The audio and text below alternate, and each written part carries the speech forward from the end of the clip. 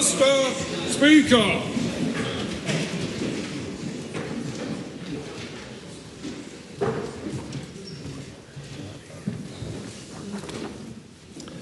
Almighty God, we give thanks for the blessings which have been bestowed on us. Laying aside all personal interests, we acknowledge the King and pray for guidance in our deliberations, that we may conduct the affairs of this House with wisdom, justice, mercy and humility for the welfare and peace of New Zealand. Amen.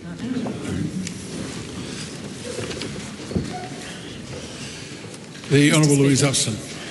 Next week, the House will consider the retail payment ban on merchant surcharges. Could the member speak into the microphone? I couldn't hear that. I'm not allowed to touch it though, right? The House will consider the retail payment ban on merchant surcharges Amendment Bill, the Crimes Legislation Countering Foreign Interference Amendment Bill, the Education and Training Early Childhood Education Reform Amendment Bill. Thank you. The Honourable Kieran McNulty. Thank the Acting Leader of the House for that update. Everyone seems to be talking about urgency next week. Could you just confirm to the House whether that's happening? Mr Speaker, I have gone through what the business of the House will be next week. No petitions have been delivered to the Clerk for presentation. Ministers have delivered 5 papers. 2024-25 annual reports of Heritage New Zealand and the New Zealand Symphony Orchestra.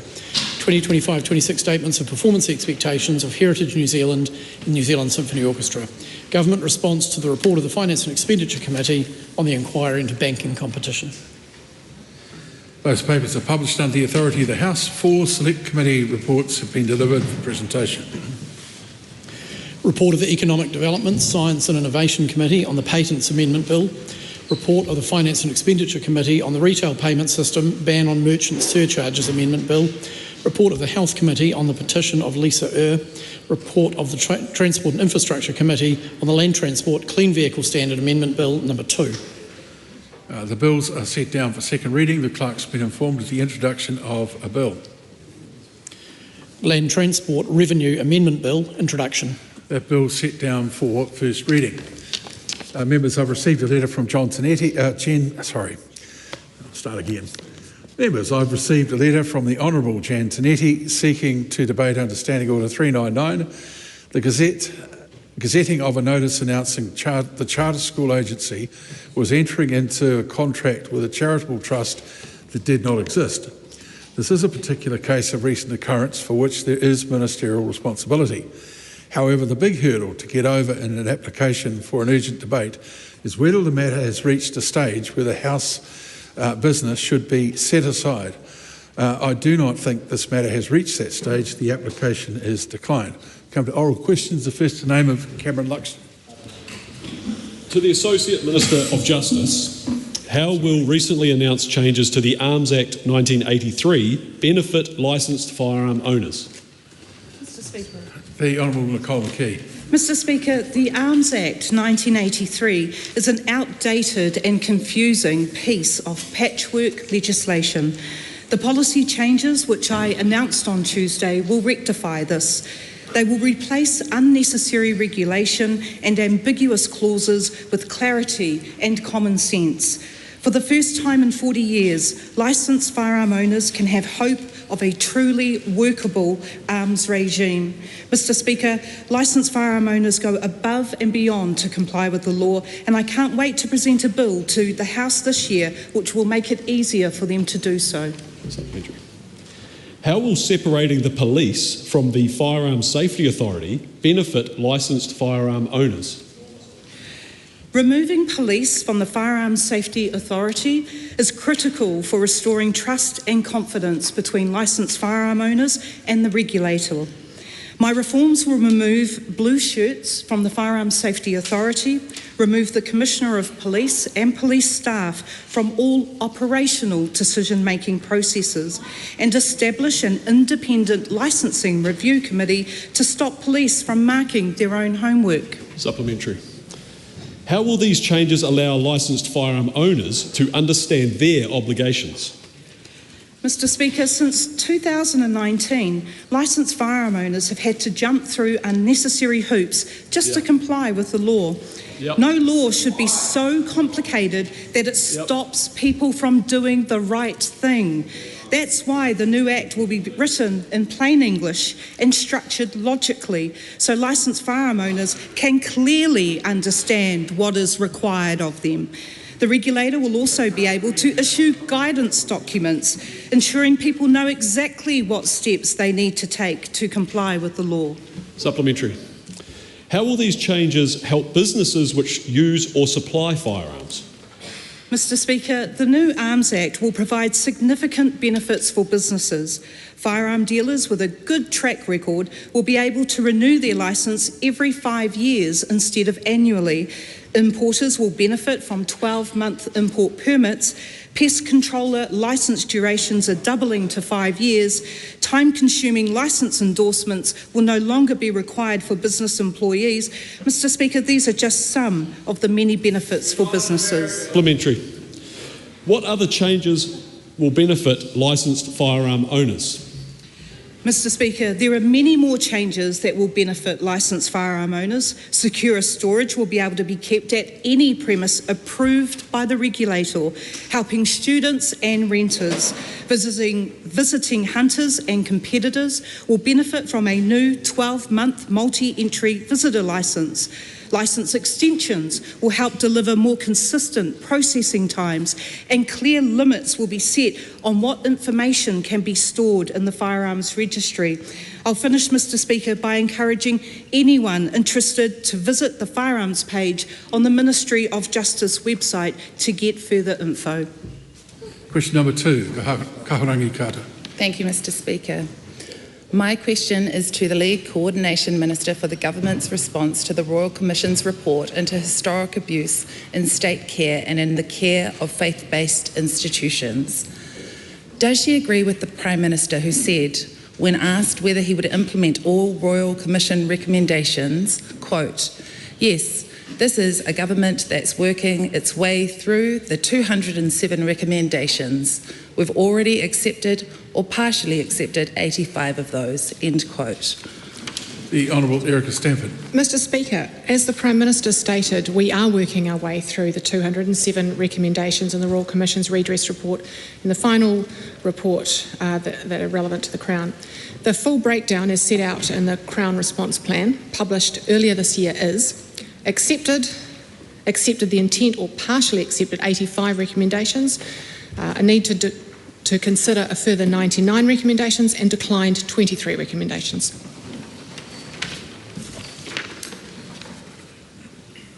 What are the specific government policies that go against the Royal Commission of Inquiry recommendations? Well, Mr. Speaker, I'm not responsible for all government decisions. I'm only responsible for those ones that are in my area, and so it's a very difficult question for me to answer. Point of order. Point of order, Ricardo Mendes March. Thank you. I'd just like to seek some clarification, because if the Minister is the Lead Coordination Minister for the Government's response to the Royal Commission's report, would she not have delegations for at least knowing which of the Government's actions go against the response towards this and the recommendations themselves? Well, how a question is answered and by whom is the government's choice, and the answer should be given if it can be given consistent with the public interest. If the answer can't be given, then the Minister doesn't give an answer. Supplementary. Is survivor Ihurangi Rewati Peters correct when he said, quote, "If this government truly cared about survivors, they would have listened to survivors and the Royal Commission recommendations and implemented a new, independent, single redress system," end quote. Mr. Speaker, I've said on many occasions that the thing that was most important to this government and to survivors was to give certainty and surety around a government's response to redress. We knew that implementing an independent redress entity would take years and multiple millions and millions and millions of dollars. We wanted to prioritise certainty and surety to survivors now, which is exactly what we've done, and we have said that all the current steps we are taking would have been you would have to have taken in order to get to an independent agency anyway, which is something that can be reconsidered when we do the review in 2027. Should survivors expect to see a further announcement about redress since the Prime Minister yesterday said yes to implementing all government-centred recommendations of the Royal Commission? And if not, should survivors understand that the responsible Minister and Prime Minister, could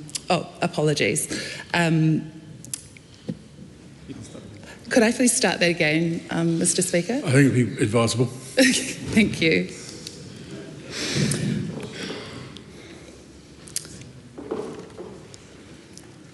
How should survivors feel? How can survivors trust the Minister to oversee meaningful response to the Royal Commission when she is not introducing a new redress system, despite the Prime Minister stating in his apologies to survivors last year, quote, "But I want to assure you it is our intention to have a new single redress system operating next year," end quote.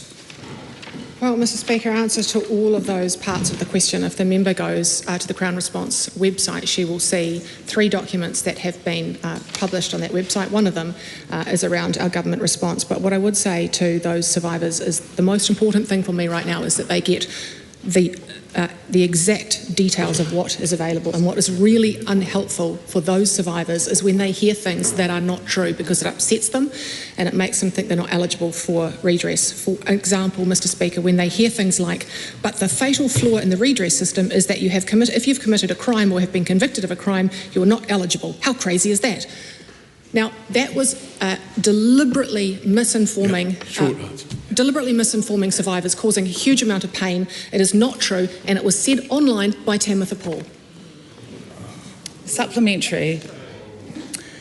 Is survivor Carl Todi from the New Zealand Collective of Abused in State Care Charitable Trust justified in saying, quote, "Why would you want to go back to the place you were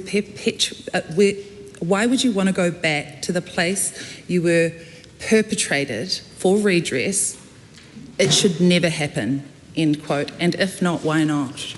Mr. Speaker, I've already answered this question today and on multiple occasions where we said this government have ensured that we are looking for consistency and certainty and surety now, rather than a process of an independent system that would take years and millions of dollars. It's not to say it's out of the question, but at the moment we are on a track that would probably take us there anyway. We would have to take these steps. And Mr. Speaker, the most important thing for survivors right now is to know what the current redress system delivers them and what it delivers them quickly. Supplementary, Maria Mino Kapakingi. Does the Minister accept the findings of a Horizon research poll commissioned by the Human Rights Commission showing clearly that nearly 3/4 of New Zealanders want the government to fully implement the Abuse and Care Inquiry recommendations, and if not, why not? Mr. Speaker, I haven't seen that poll. I'm sorry, I didn't hear that answer. I said, Mr. Speaker, I have not seen that poll, so I can't comment on it. Thank you. Given that only 22% of New Zealanders believe the government is doing enough, what immediate actions will the Minister take to rebuild trust and honour the inquiry's recommendations? Last 18 months, we have taken more actions to redress and support survivors of abuse and care than any other government. $750 million in this year's budget by this government to make sure that we are topping up payments. We are raising the payments from just over 19,000 to an average of 30,000. We've paid out over 1,100 top-ups to people who have come forward, and we are on track to deliver redress to more people than we have said we would in this financial year. We have provided certainty and surety at a rate that no other government has. Question number 3, the Honourable Carmel Cipollone. To the Prime Minister, does he stand by all his government statements and actions? The Honourable David Seymour. Mr. Speaker, on behalf of the Prime Minister, yes, particularly our decision and policy to pass a regulatory standards bill. For the first time, people will be able to truly and visibly see the costs of laws and regulations placed upon them, and will be able to place pressure back on politicians not to make overzealous regulations such as the earthquake laws that cost billions of dollars only to be repealed by a more sensible government later. Supplementary. Does he stand by his Minister of Internal Affairs direction to Fire and Emergency New Zealand in December 2024 to cut millions of dollars from their budget at a time when firefighters say they don't have the staff or equipment they need? Mr. Speaker, yes, I do. I note that the costs of the fire service comes from levies added to people's insurance bills, and our Minister of Internal Affairs is doing a very good job of working on years of neglect, poor asset management and procurement in order that firefighters can be properly equipped and that people who pay insurance premiums on their home can have some relief from relentless rises in cost of living pressures. Supplementary. Does he stand by his Minister of Internal Affairs decision to restrict Fire and Emergency New Zealand's funding, leading FENZ to state that their funding is, quote, less reliable, end quote, and that they must now, quote, plan for the possibility that our funding will continue to go down, end quote? Mr. Speaker, you see, every government restricts the funding. We actually, like previous governments, have to decide how much of a levy can be put on people's insurance premiums to pay the fire service. So she has not made a decision to restrict it. A restriction has always been there, and if the people on that side of the House had been a bit more restricted in their spending, maybe we wouldn't be in this mess now. Supplementary. Will he guarantee that Fire and Emergency New Zealand's proposal to cut up to $70 million of spending a year, 10% of their annual budget, will have no impact on the safety of New Zealanders? If not, why not? Yes, I most certainly do. And here's how, and it might enlighten members on the other side. Throwing money at a problem is not the same as solving it. It is possible to solve problems by working smarter, putting in place more competent people and making better use of resources. This is what households and businesses have had to do year after year, while a previous government threw money at every problem but didn't actually manage to solve them. So yes, we absolutely can. And as a great New Zealander once said, if you don't have a lot of money, you have to think. The member should try it. Supplementary. Apologise for the last comment. I withdraw and apologise.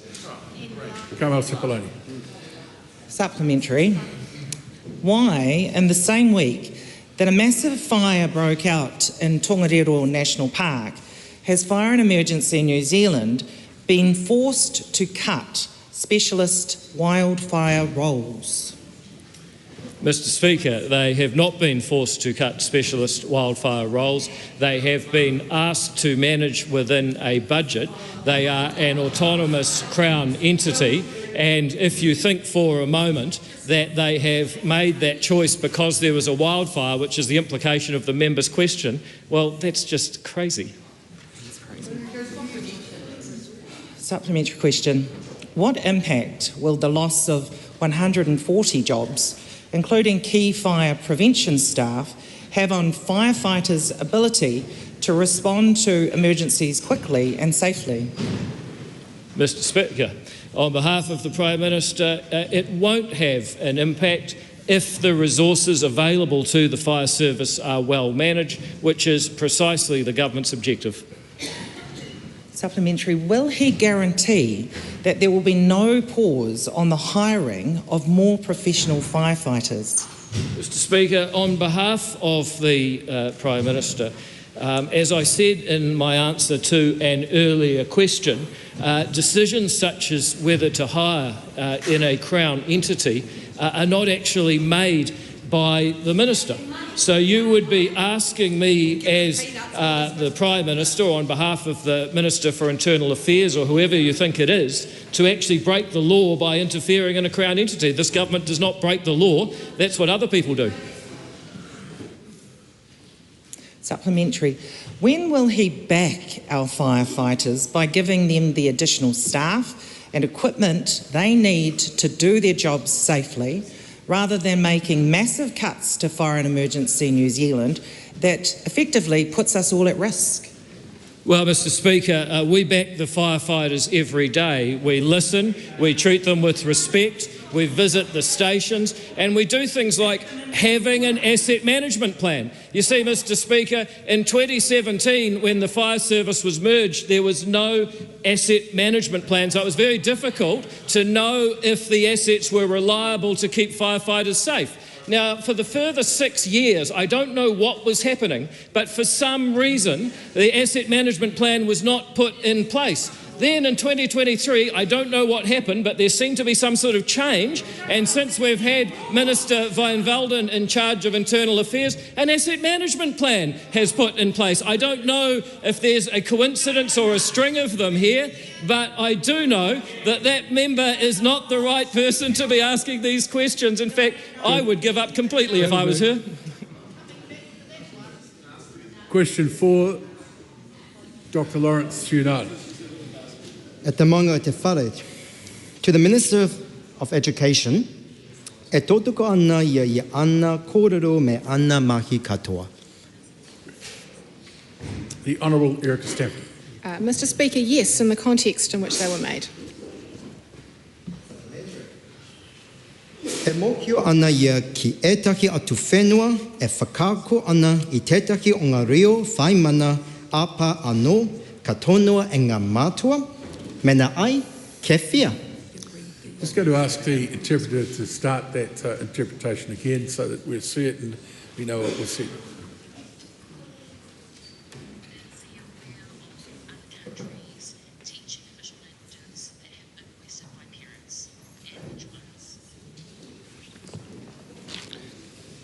Mr Speaker, in answer to that question, the member is referring to one of the points we're making in section 127, where we're asking school boards to ensure that teaching and learning is available in Te Reo Māori for parents who ask for it. That is a clause that has been in the Education Act since, I think, about 1989 for a very, very long time, and it's important to make sure that there is demand for the thing that you are providing. Otherwise, schools would essentially be opening rumaki classes for nobody. It's an important part of the Act to make sure that there is a demand for the thing that you are providing, and there is plenty of demand. Supplementary. Does she stand by her statement, the treaty is the Crown's responsibility, not schools? If so, how is removing fertility obligations without consultation with hapu, iwi, and Māori education experts acting responsibly as a treaty partner? Mr Speaker, I do stand by the statements that I made that the core obligation of the Crown is to uphold the treaty and not to be delegated to a school board. And that is the case for many Crown entities. Core Crown is defined by ministers and departments. Crown entities don't necessarily have treaty duties, and Mr Speaker, the boards of trustees are the furthest away you can get almost completely from the Crown in terms of their independence. Supplementary. Who does she think is more committed to Te Tiriti o Waitangi? Her coalition government or the coalition made up of 88 iwi, over 95,000 teachers, principals, schools and kura opposing her repeal of Section 127, subsection 2E of the Education and Training Act? Well, Mr Speaker, the person who is committed to the treaty is the Minister of Education. And the reason that I can say that, Mr Speaker, is the core tenet of upholding the treaty is ensuring that Māori children achieve at school. And they haven't been for so long. And here we are having a debate about the Treaty of Waitangi and a school board's responsibility when we should be talking about Māori achievement, because that's what this government has been doing. We are raising Māori achievement, unlike the last lot. Supplementary, Taku Te Ferris.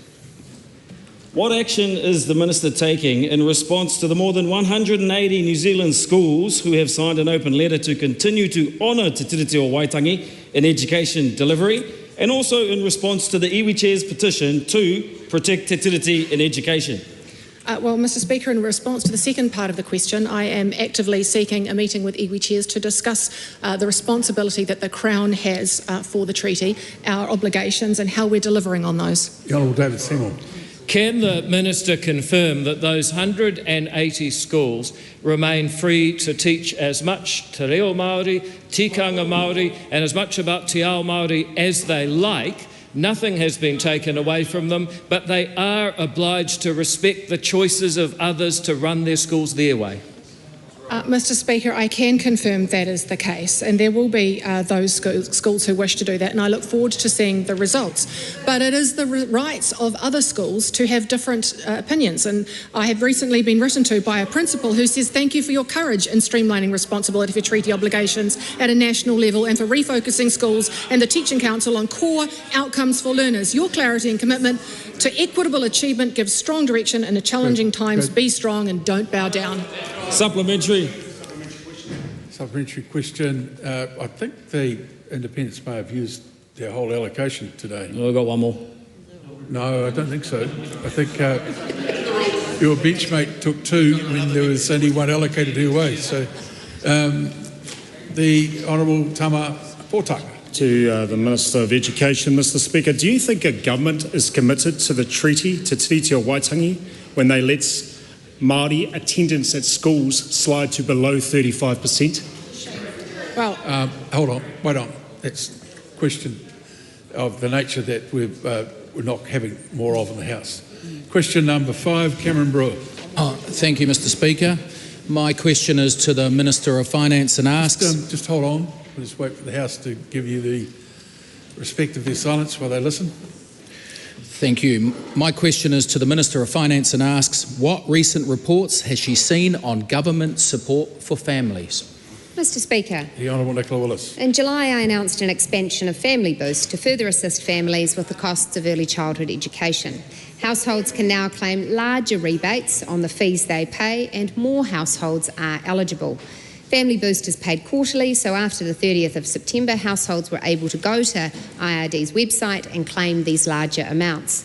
I've seen a recent report showing that the average payment relating to the September quarter currently equates to just under $100 a fortnight, significantly higher than the average payment of $57 a fortnight for the quarter before. An average payment of $100 a fortnight is welcome support for New Zealanders with young families. How many more households are now receiving Family Boost? Well, Mr Speaker, as a result of the changes I announced in July, thousands of families who couldn't previously claim Family Boost became eligible. That's borne out in the figures. The latest report shows that the number of households receiving Family Boost has so far risen to more than 78,000. That is 10,000 more than at the end of the last quarter. We know many families are doing it tough. These changes will help more of them deal with the costs of early childhood education, particularly families where both parents are working. Supplementary. What difference have these Family Boost changes made to households? Well, Mr Speaker, that does depend on a household's particular circumstance, the income it brings in, how much they pay in early childhood education fees. But what I can tell a member is that the number of families receiving Family Boost payments of $150 a fortnight or more has increased markedly. In the September quarter, 11,584 households have so far got a payment equating to $150 a fortnight or more. I encourage all households who think they could be eligible to go on Inland Revenue's website and register for Family Boost. Mr Speaker, in reply to the interjection... No, you're not replying to that. Supplementary. What feedback has she received on Family Boost? Well, Mr Speaker, I get regular positive feedback on Family Boost through emails and in person. A typical email is the following, which I received last month. It says, I just wanted to say a huge thank you for the Family Boost payments. We have found the whole process incredibly easy and impressively fast. It's been such a positive experience. As an ordinary young working family with a mortgage, this support truly makes a difference. It's a real help in today's climate and we are so grateful for it. Thank you again for making things a little easier for families like ours. And Mr Speaker, members of the opposition cackle at the impact this is having on a real family. Question number 6. We'll just wait for everyone to come.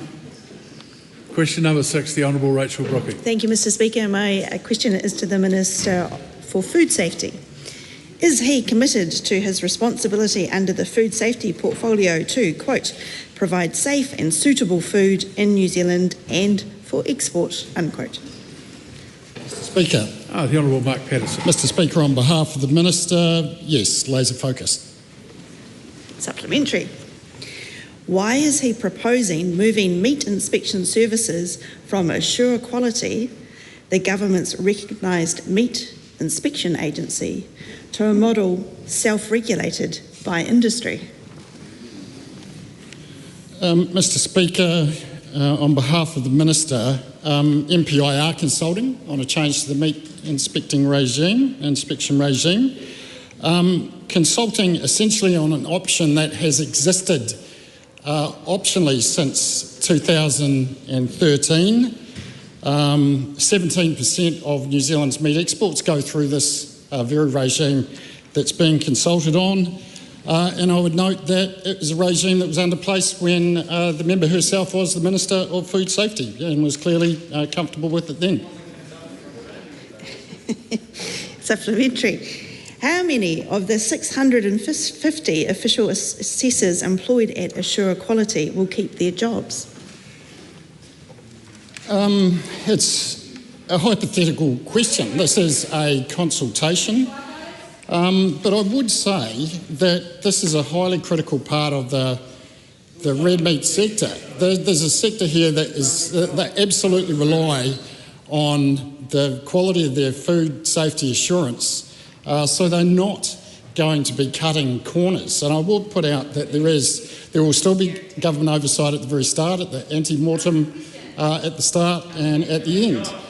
So there is, it's a hypothetical question. We're still consulting, no decisions have been made. Supplementary. Is he confident that our trade reputation won't be put at risk by meat processors doing their own inspections? Mr Speaker, on behalf of the Minister, absolutely. Where MPI are consulting extensively with our overseas trading partners, there is no way we would put in place any regime that would put our gold standard reputation at risk. So, no. Supplementary.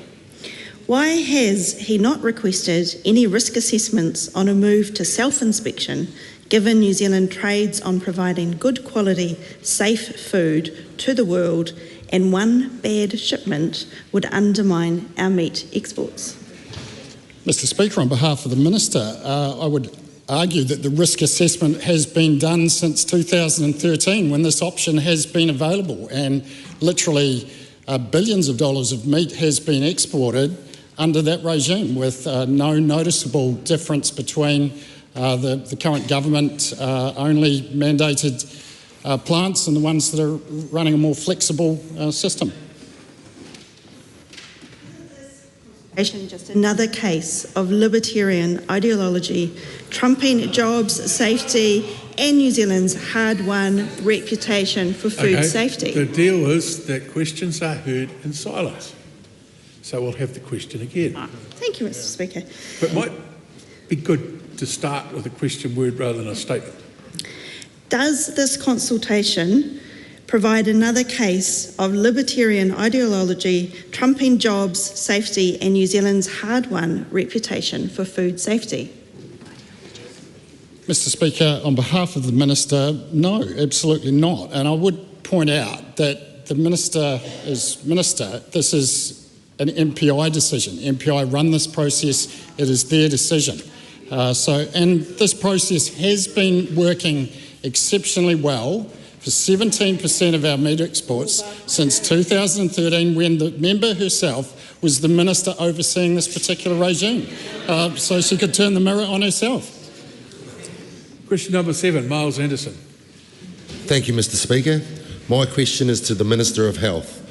What recent announcements has the government made to make it easier and more affordable for New Zealanders to access the medicines they need?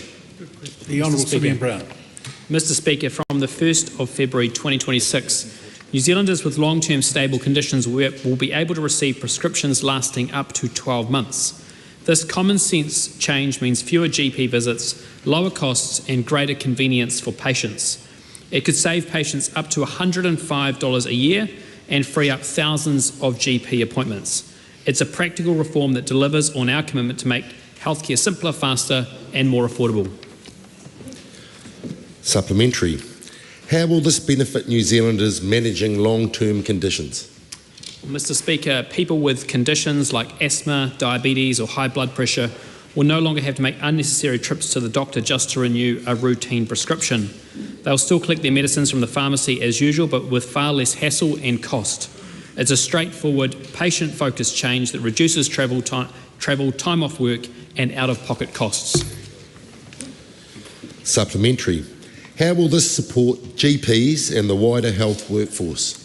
Mr. Speaker, freeing up repeat prescription appointments will save GPs and nurses thousands of hours each year. That is time they can spend with patients who need more complex care, and we're freeing up that time for what matters the most. It is a smart, efficient way to get better results for patients and make the most of our health workforce. Supplementary. What other steps is the government taking to improve access to medicines? Mr. Speaker, many other steps, including through the Medicines Amendment Bill, and I acknowledge my colleague, the Honourable David Seymour, for shepherding it through the House this week. One of the changes we have made removed outdated ownership restrictions that stopped pharmacist prescribers from owning or investing in pharmacies. This cuts red tape and allows pharmacists to play a greater role in providing care in their communities. That means easier access to prescription medicines and more flexible local models. It is another example of this government backing innovation and delivering practical improvements for patients.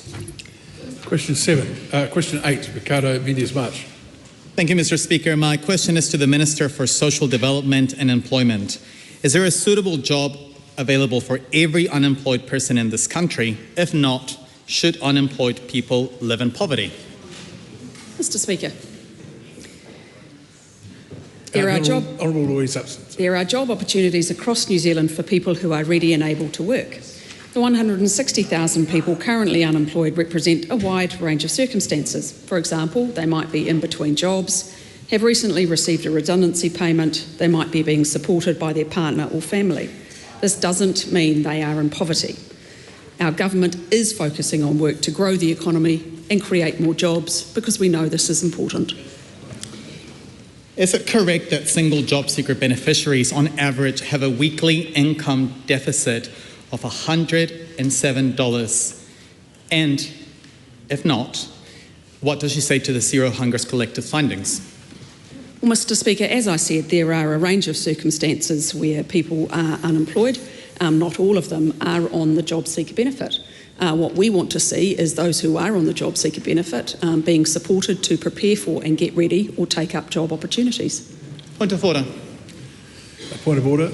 Ricardo Mendes-March. Thank you, Mr. Speaker. I ask a relatively straightforward question in relationship to an organisation's findings, and I don't believe the Minister actually addressed the organisation's finding or the figure that I put to her. Well, I think in her opening statement, she said there are many different circumstances that people will find themselves in on the job seeker benefit. I think that probably covers it as an address to the question. Was the Ministry of Social Development correct when it advised her that restricting access to benefits for 18 and 19-year-olds would result in more people needing income support and greater demand for food banks?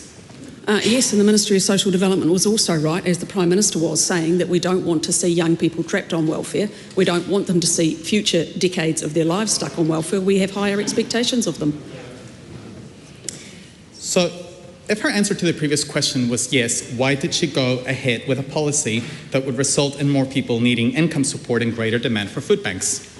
Because, Mr Speaker, as I've said in multiple times in this House, we believe that 18 and 19-year-olds should be starting on the path that give them the greatest opportunities for the rest of their lives. That means being in education, being in training, or being in a job. Question number 9, Camilla Bellich. Thank you, Mr Speaker. To the Minister for the Public Service, which is correct? Her oral answer in the House on 12 November 2025, in which she said, quote, "A communications strategy is not the same as a paid advertising campaign, which I was not aware of," unquote, or her answer to written question number 50726 that, quote, "The Public Service Commission later informed my office and asked us to inform the PMO prior of the specific advertising going live," unquote. Mr Speaker. The Honourable James Meagher. Mr Speaker, on behalf of the Minister for the Public Service, both statements are correct. The Minister was aware the Commission would be using social media to provide facts about the strikes. She was not aware that they were paid advertising. Supplementary. When she told the House that, quote, "A communication strategy is not the same as a paid advertising campaign," unquote, was she saying she was not aware of the specific Facebook posts posted by the Public Service Commission in late October 2025 as part of its communication strategy on the planned industrial action? Mr Speaker, on behalf of the Minister for the Public Service, no, she was saying that she was not aware that they were paid advertising. Supplementary.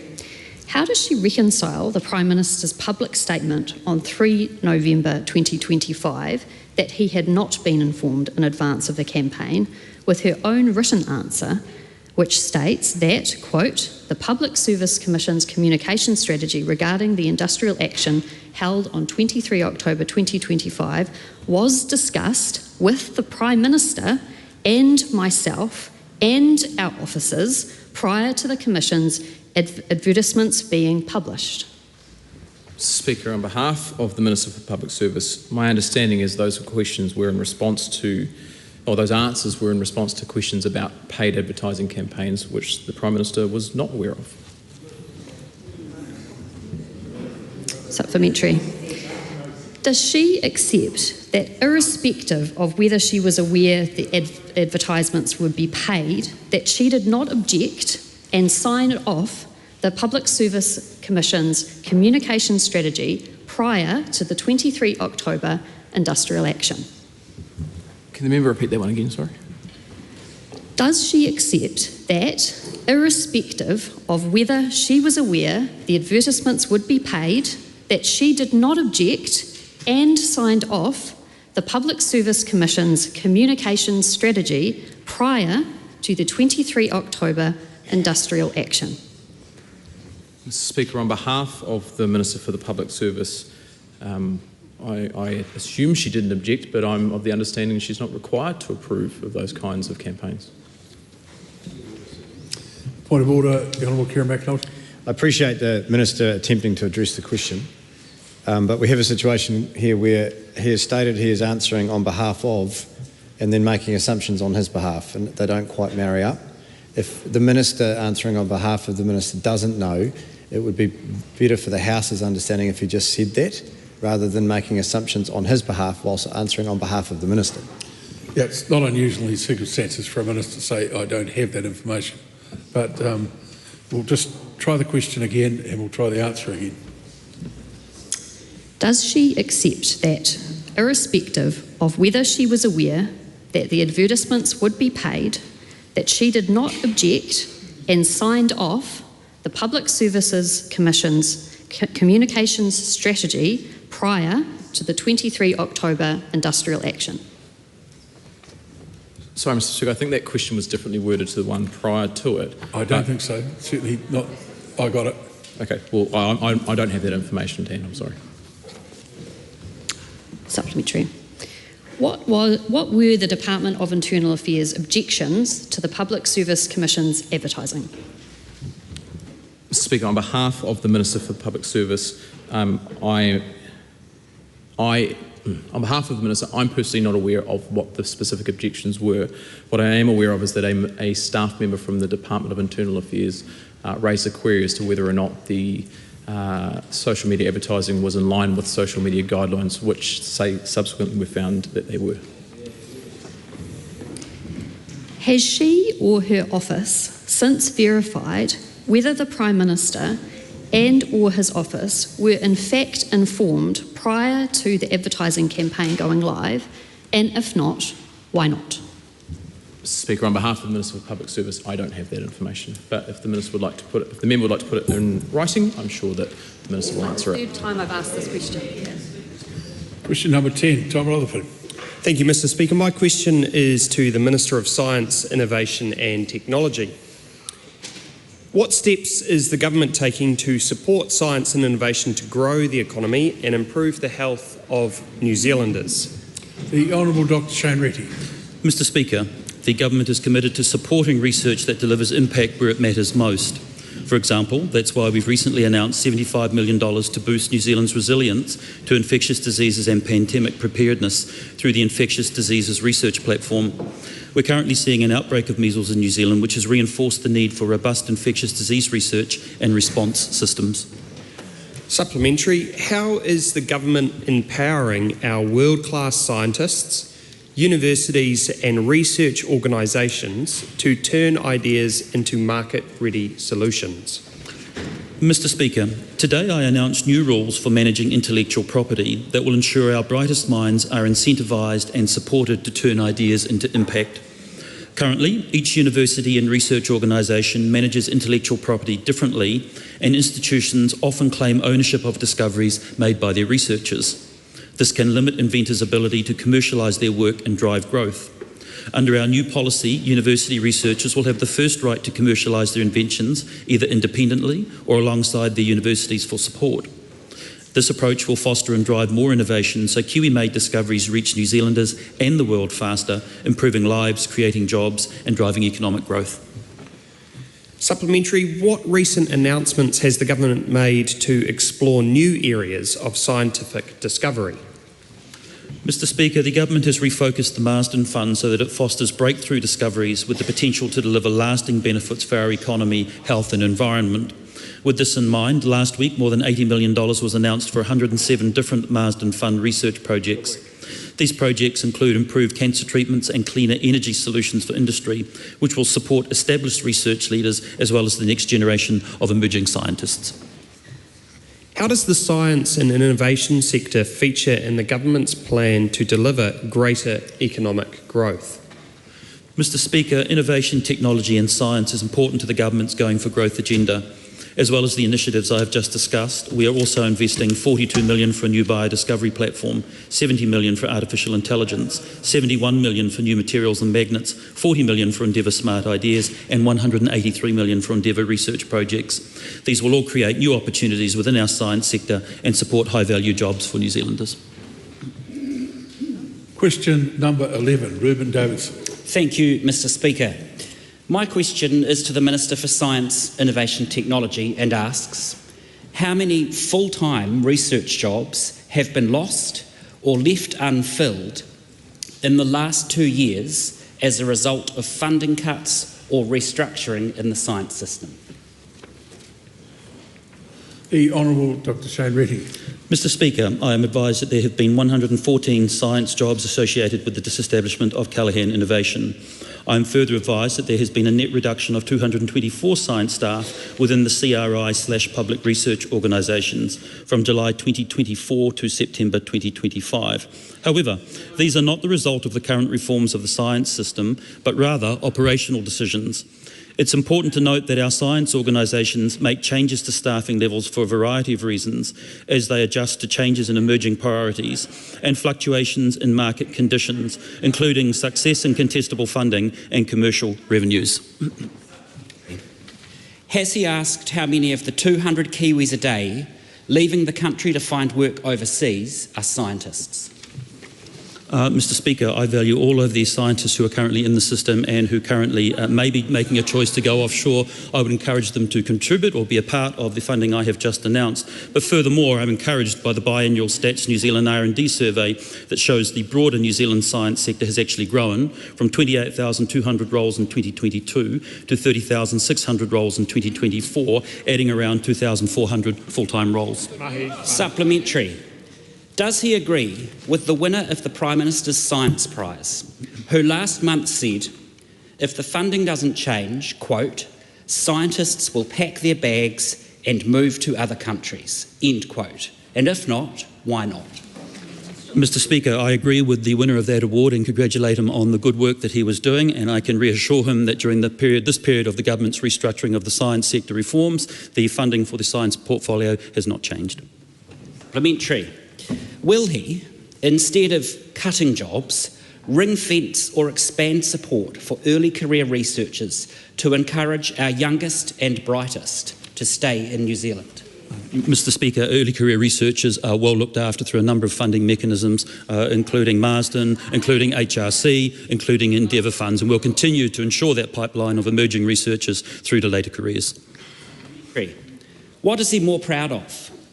The $10 million invested in the Deep Heat geothermal project, or the $11 million he has spent to make scientists redundant at Callaghan Innovation? Oh, Mr Speaker, if the member is proposing that they should receive no redundancy, he should discuss that with the PSA, and I'm very proud of the $10 million for Deep Heat supercritical geothermal energy in the Taupo volcanic zone. Supplementary. Is the winner of the Prime Minister's Science Prize right to accuse the current Prime Minister Luxon of being, quote, an idiot for running a government who budgeted more for AI than for the Marsden Fund, end quote, and characterised his government's science funding as, quote, batshit, end quote, for budgeting 327 times more funding for a single road than to basic science? Mr Speaker, I thank the Prime Minister for his support of the science portfolio and would suggest that some accurate numbers actually be done. Marsden was $70 million or more in 1 year. AI is $70 million over 7 years.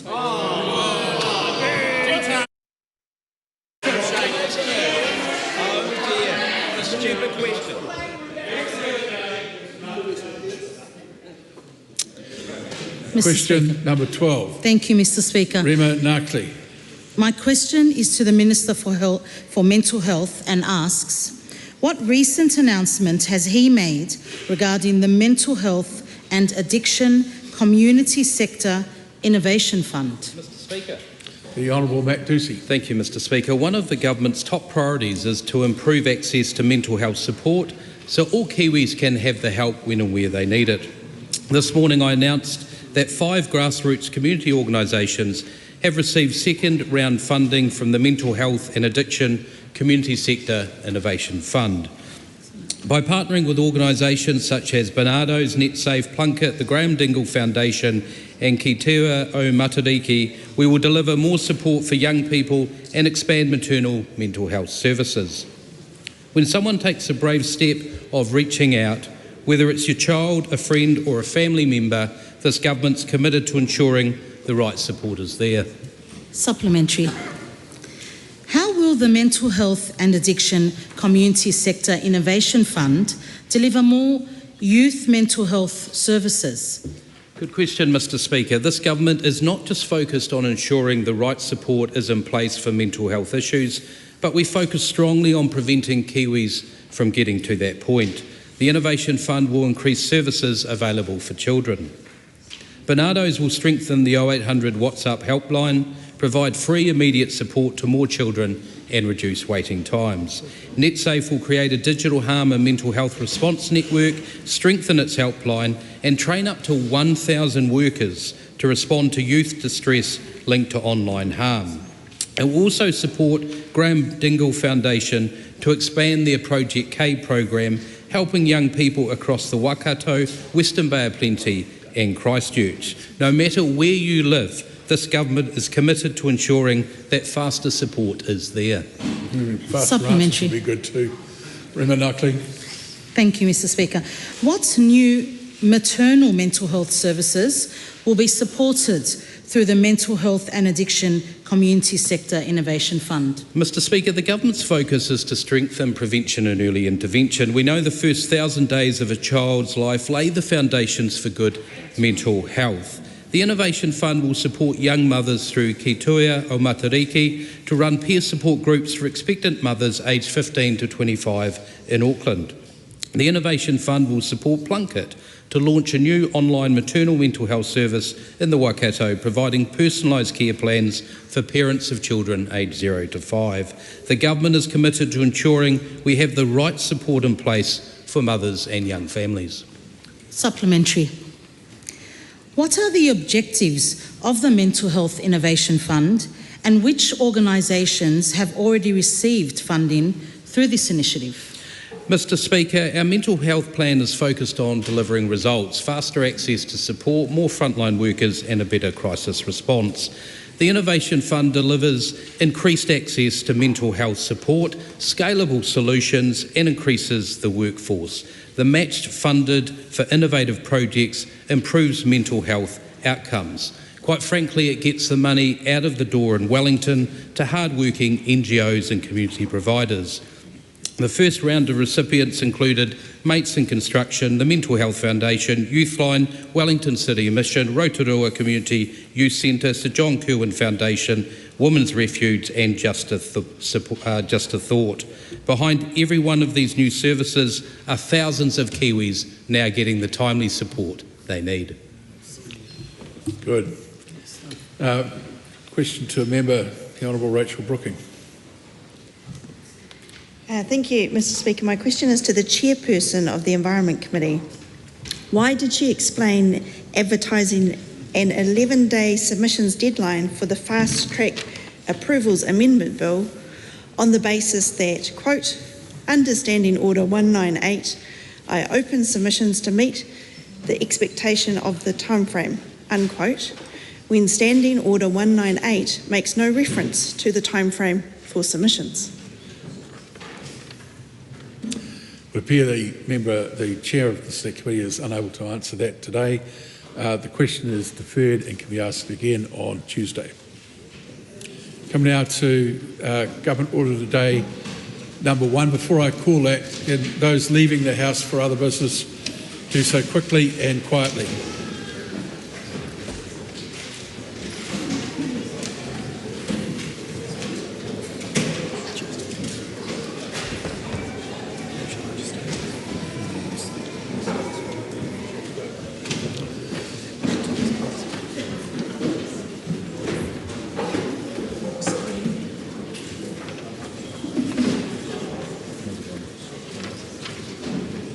Call on Government Order of the Day number 1. Regulatory Standards Bill, third reading. Mr. Speaker. The Honourable David Seymour. Mr. Speaker, I present a legislative statement on the Regulatory Standards Bill.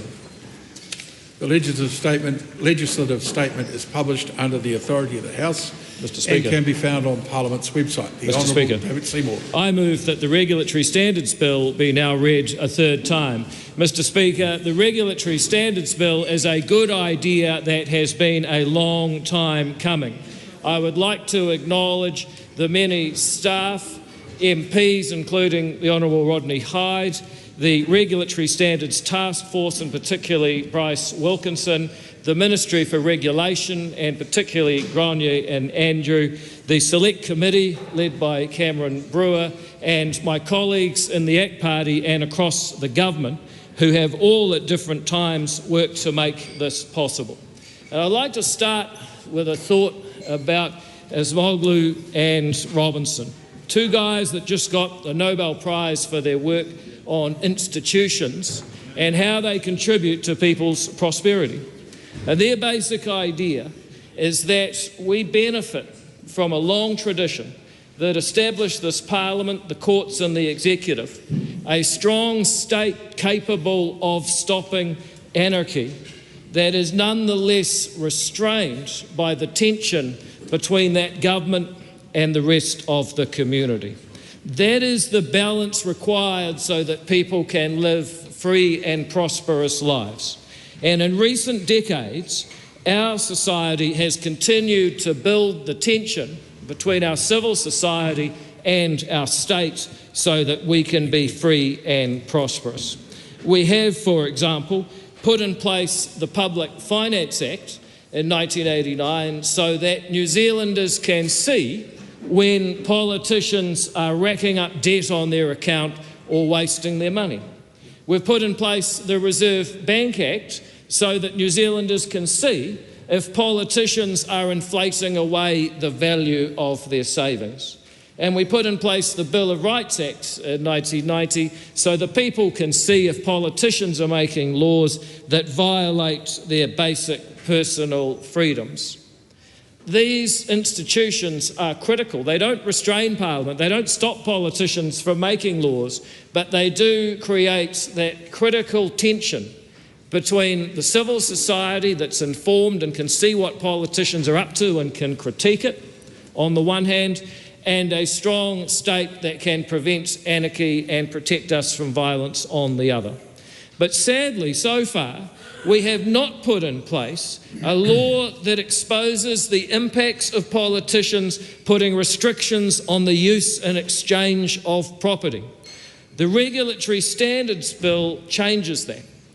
If you want to pursue some cause, then you need to be open about whether it is going to impact people's value that they get from their property and the value that they get from their time. This government follows too many who failed to do that adequately. The cost of the restrictions are immense and they are felt throughout our society. It is the teachers who say, all I wanted to do was help young New Zealanders reach their potential, and all I actually do is fill out forms and comply with bureaucracy. It's the builders who complain it takes longer to get permission to build something than actually build it, or the financial service workers who say they can't give financial advice to the people who really need it because under the rules they can't afford it. It's a generation marching because fundamentally they don't believe that they will have their own property in one of the most sparsely populated countries on earth because we've made it too hard to build the homes and the infrastructure that connects them together. But sometimes these stories of politicians making laws and regulations are deeply personal. And I'd like to tell the story of one such woman I call Robin. She worked for 45 years in the public sector, in charity in this country. She said, I believe in this country, till it was all taken away. And what happened is that she'd built up a pretty good nest egg. She was looking forward to a retirement, being able to spoil her grandchildren. She owned her apartment where the body corporate decided to knock off some routine maintenance. But unfortunately, they ran into the earthquake strengthening laws, and $1 million later, she has no savings and she has to sell her apartment. Remember, she said, I believed in this country. She came to my electorate office and she insisted on reading out her story through tears. And people should just think about these human faces sometimes, what happens when people make a law for some worthy purpose, but don't actually ask what the impacts on individuals will be. Robin's true bitterness and sadness came from the fact this Parliament has now realised those laws actually never stacked up and we will get rid of them. If only, and here is the really sad thing, if only the advice at the time had been given more prominence and taken more seriously. That is what the Regulatory Standards Bill will do. It will ensure that new laws are accompanied by a consistency accountability statement that will largely replace the current but sadly ignored regulatory impact statements. These consistency accountability statements will be based on the principles provided for in this bill. For the first time actually put in legislation, that they will say we have to identify the cost of people's liberty being restricted, their property rights being impaired, or fees and levies that are unreasonable. Among other principles, we will identify the impacts, and the Regulatory Standards Board will act as a watchdog, seeing to it that the consistency accountability statements are fully accurate and open to the people. The Act will also provide for reviewing already existent laws against those principles. It will empower the Ministry for Regulation to request information from other departments when going about those duties. Now, I want to say a little bit to the critics, who have been many, but in my view, poorly informed. People say that this bill should have amongst its principles things such as equity or upholding te tiriti or public health or environmental custodianship. The misunderstanding is that any government can still pursue those collective goals through collective action. The point of the Regulatory Standards Act and its principles is to identify the costs of those laws and those collective projects on individuals. If you want to identify a significant natural area on someone's farm, you can. But if the rest of the community really believes it's that valuable, perhaps they should be prepared to compensate that farmer rather than make them bear all the cost for a collective goal and do so without even acknowledging the cost being put on them. Where this bill leads us is a more respectful and more civilised society, one where if you want to benefit, if you want to pursue an objective that you think is worthy, and if you want to impose costs on other people using and exchanging their property, or you want to take up their time to achieve your goal, then as a start, you have to at least be open and honest about the facts that you're doing it. Parliament can pass the law if it really wants to anyway. But just like we have kept in that narrow corridor between a strong civil society and a strong state when it comes to spending people's taxes, printing more money to devalue their savings, or passing laws that violate their basic personal freedoms with the Public Finance Act and the Reserve Bank Act and the Bill of Rights Act, the Regulatory Standards Act means that politicians need to at least be open and honest about the impacts that they have on individuals when they pursue their goals. That is what we need to be doing in this Parliament. It is a movement towards a more civilised society where adults treat each other respectfully. That is something that I look forward to implementing over the next 6 months as this bill comes into force. I am very proud to stand behind it. I'm very grateful to all those I named at the beginning who have helped make this dream a reality so far, and I commend this bill to the House. Thank you, Mr. Speaker. Mr. Speaker. The Honourable Dr. Duncan Webb. Kia ora, te mana whakaua. I want to explain why within the first 100 days of the next Labour-led government, we will repeal this bill.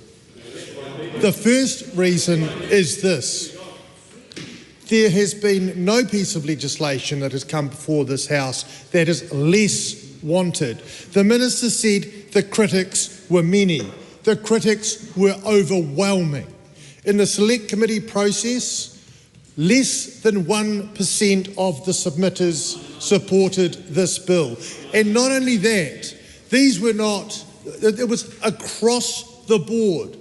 All of the civil society organisations, the Law Society, the Human Rights Commission, the Children's Commissioner, the Commissioner for the Environment, the Legislation Design and Advisory Committee, the list goes on and on and on. And they all made thoughtful submissions explaining why this bill was unworkable and did not truly reflect what good regulatory practice was.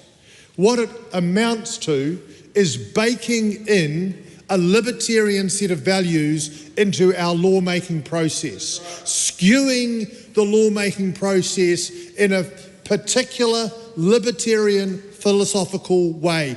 At root, and their words were used by the Minister in his speech today, it's about the protection of property rights, the protection of absolutely free use and exchange of property, in his words. The rest of the Act is cover, is camouflage for the genuine libertarian ideal of the promotion of the freedom of property rights above all else. The second reason we'll get rid of this bill is because it's simply wasteful. And the number of submitters who understand the legislative and policy development process who said the problem has been mischaracterised. We do not need a new piece of legislation and a new regulatory standards board to undertake this. We have a series of procedures in place, from good policy development and problem identification through to the Legislation Design and Advisory Committee and the Regulations Review Authority, the Select Committee, Regulations Review Committee, the Select Committee process, and again, the list goes on. Yes, we can do it better. We can do better regulatory impact statements.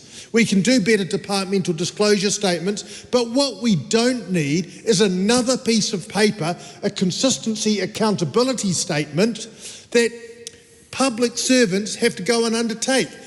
We found out that MB projects it will cost them $60 million a year and 25% of their policy capacity to comply with this. And what did they say? That this risks making their regulatory stewardship worse because of the diversion of resource to this bureaucratic form filling that the ACT Party pretends they're against. That's why it's cover. That's why what it really does is try to bake in property rights into essentially our constitutional framework. And that's the third reason why we're going to get rid of this bill at the first opportunity. It's fundamentally unconstitutional. This House is where law is made. This House and its committees and its processes are the correct place for scrutiny. That's why we have Bill of Rights, Attorney General's Bill of Rights reports come before us. What we don't need is a cabal of hand-picked members of a committee that sits outside of this House, of the Regulatory Standards Board, hand-picked by the Minister for Regulation, to second-guess what goes on in this House. This is the place for deliberation. This is the place for scrutiny. This is the place for examination. And to say that there is another group of people out there who you have no control over, unelected people, is fundamentally undemocratic. And what we have is essentially a politically appointed group of people criticising democratically elected processes and people. It's wrong. And here's the true irony of this bill. It's procedurally flawed. The bill, which is about regulatory quality, broke every rule in respect of how to make good rules. Was it properly consulted on? Absolutely not. The consultation was deeply flawed and skewed. The pre-legislative consultation itself preempted the decision. It said, here's what we're going to do. What do you think around the edges? And did it consult Māori as it should under the principles of the Treaty of Waitangi? No, it didn't. It left them out. Oh, they can just tack their consultation onto the end. That's not good legislative process. And what about, hearing the ministers talk about regulatory impact statements and bemoaning how they're not followed? His own regulatory impact statement for this legislation did not meet the quality standards imposed by Treasury. It was a rubbish regulatory impact statement. It was an absolute shambles. And the idea that he stands up and says, I've got this great piece of legislation about regulatory quality, when he doesn't follow his own rules about regulatory quality, is outrageous. So what we have here is a piece of legislation, and let's face it, which has been waiting in the ACT Party wings for this moment for 20 years. You know where it comes from? It comes from a report by the Business Roundtable. The mates of essentially of big corporates. That's who wants this bill in place. And on that side of the House, It's come from the ACT Party, but let's not forget, it's yours as well, New Zealand First. So-called stander-upper for the little guy. Here you're standing up for big corporates. The National Party, well, you are being absolutely led by the nose by the Libertarian ACT Party whilst you undermine the conservative values that you say you represent. Absolutely, they should be ashamed of themselves. Ultimately, this is a politically motivated bill. It's a bill which is absolutely libertarian in its quality, in its values. It seeks to put in place a set of far-right values which come out of a theory of economics which basically says the most important right is the right to private property. It throws to one side every other right we hold dear, genuine rights about equity, about preserving human dignity, about preserving our environment, about preserving Indigenous people's rights. To say, don't worry about it, we don't need those as principles of good regulatory standards, is to absolutely demean a set of rights which we have worked and fought hard for across centuries. All for what? For profit. For corporate profit, moreover. So we are committed to repealing this bill in the first 100 days of the next Labor-led government. This is a bill which is deeply unpopular, and it's a bill which no national-led government in its right mind would support. It's a bill that New Zealand First are deeply uncomfortable with for right reason. But what's that? That is the cost of the baubles of power, because this is the dirty deal that has been done to pass a bill, a regulatory standards bill, that isn't about regulation and it has no standards. It's a bill about hard baking into our constitutional system, into the very cogs of the machine that makes law, libertarian principles, the protection of property over person, the protection of property over human rights and over our environment. That's what we've got here, and that's why we will get rid of this bill at the first opportunity. Mr. Speaker. Tamatha Paul. Mr. Speaker, this bill is a bit like a cockroach. We keep stamping it out, but it just won't die. They tried this 3 times before, as Duncan just said. They've tried this in the past, and every single time it failed. They tried it again with the Treaty Principles Bill, and what happened with that? It got thrown out at the first reading. It got chucked in the bin. And now it's come before us again. It's a cockroach. It just won't die. But the danger in this bill is not actually in how damaging it will be, although that is a real danger of it. The danger of this bill is how eye-wateringly boring and technical it is, so that most of the general public aren't necessarily paying attention to the consequences of this bill. And they'd be forgiven for thinking that it was just a boring old bill, because the ACT Party can't get it by standing on what they really want, so they couch it in legal and technical and constitutional terms to try and get their foot in the door, just like a cockroach. And that's how a cockroach lives, isn't it? In the dark, in the night, not in broad daylight, being clear about the intentions of what they hope to achieve. Or maybe it's like a rat. Maybe it's like a rat. You see one, you think that's it, there's 20 more. Where that came from. The intentions are the same, no matter how many times they've tried to do this. It's erase te tiriti o Waitangi, ransack the environment, and put corporate greed over the public good. Because we used to make things here in Aotearoa. We used to create paper, we used to make wool, timber, we used to manufacture things, cars, clothing. We cared about each other. We understood that in order for people to work hard in those industries, like making wool, Mr. Patterson, we needed to provide for them as well. We knew that if we gave people the basics, that they would be able to live a productive life that benefits to our country and our economy, a concept that seems completely foreign to that side of the House. And these are the basic tenets of social reproduction. Make people happy, give them the basics, they'll work hard and they'll make babies. And those babies will go on and be the future generation of our nation. Those are important things.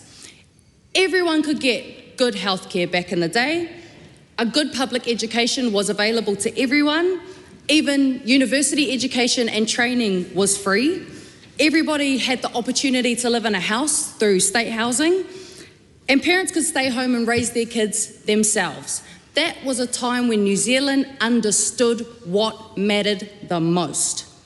And that carried on for many decades. People were happy, they had more money in their pockets, and it was easier to be born into a poorer or a working class family because you knew that if you worked hard, you could transcend class. You could move around. It's a concept called class mobility. Don't know if that side of the House has heard about it before, but it used to be a thing. You could set yourself up, buy a family homestead, and really get intergenerational wealth to pass down to different generations.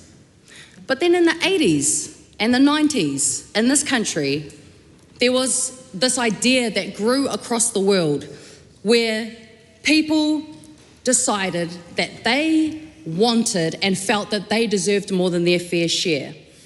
They looked at housing and said, what if we just bought all the houses and made everybody else pay rent to us? They looked at healthcare and said, what if we put a price tag on hospitals and GP visits?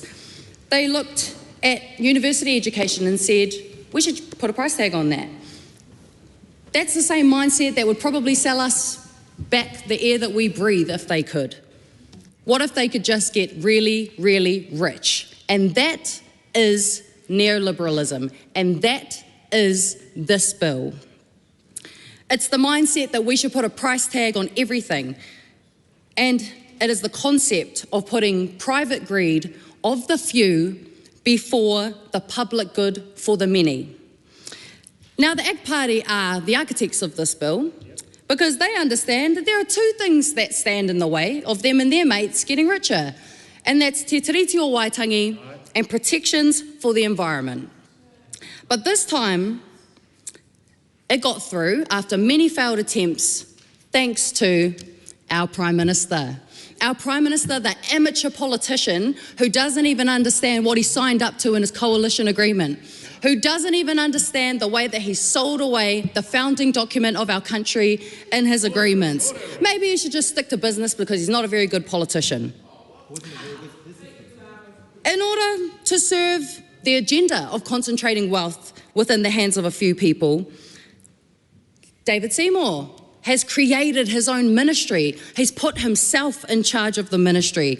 And he's made this bill, which on the surface, again, is very boring, but the implications are far-reaching.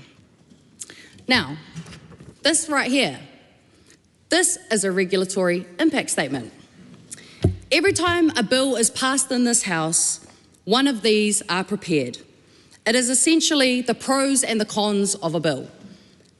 The reason that the ACT Party and the government don't like these is because these are the really annoying things that tell us what the public and the people think.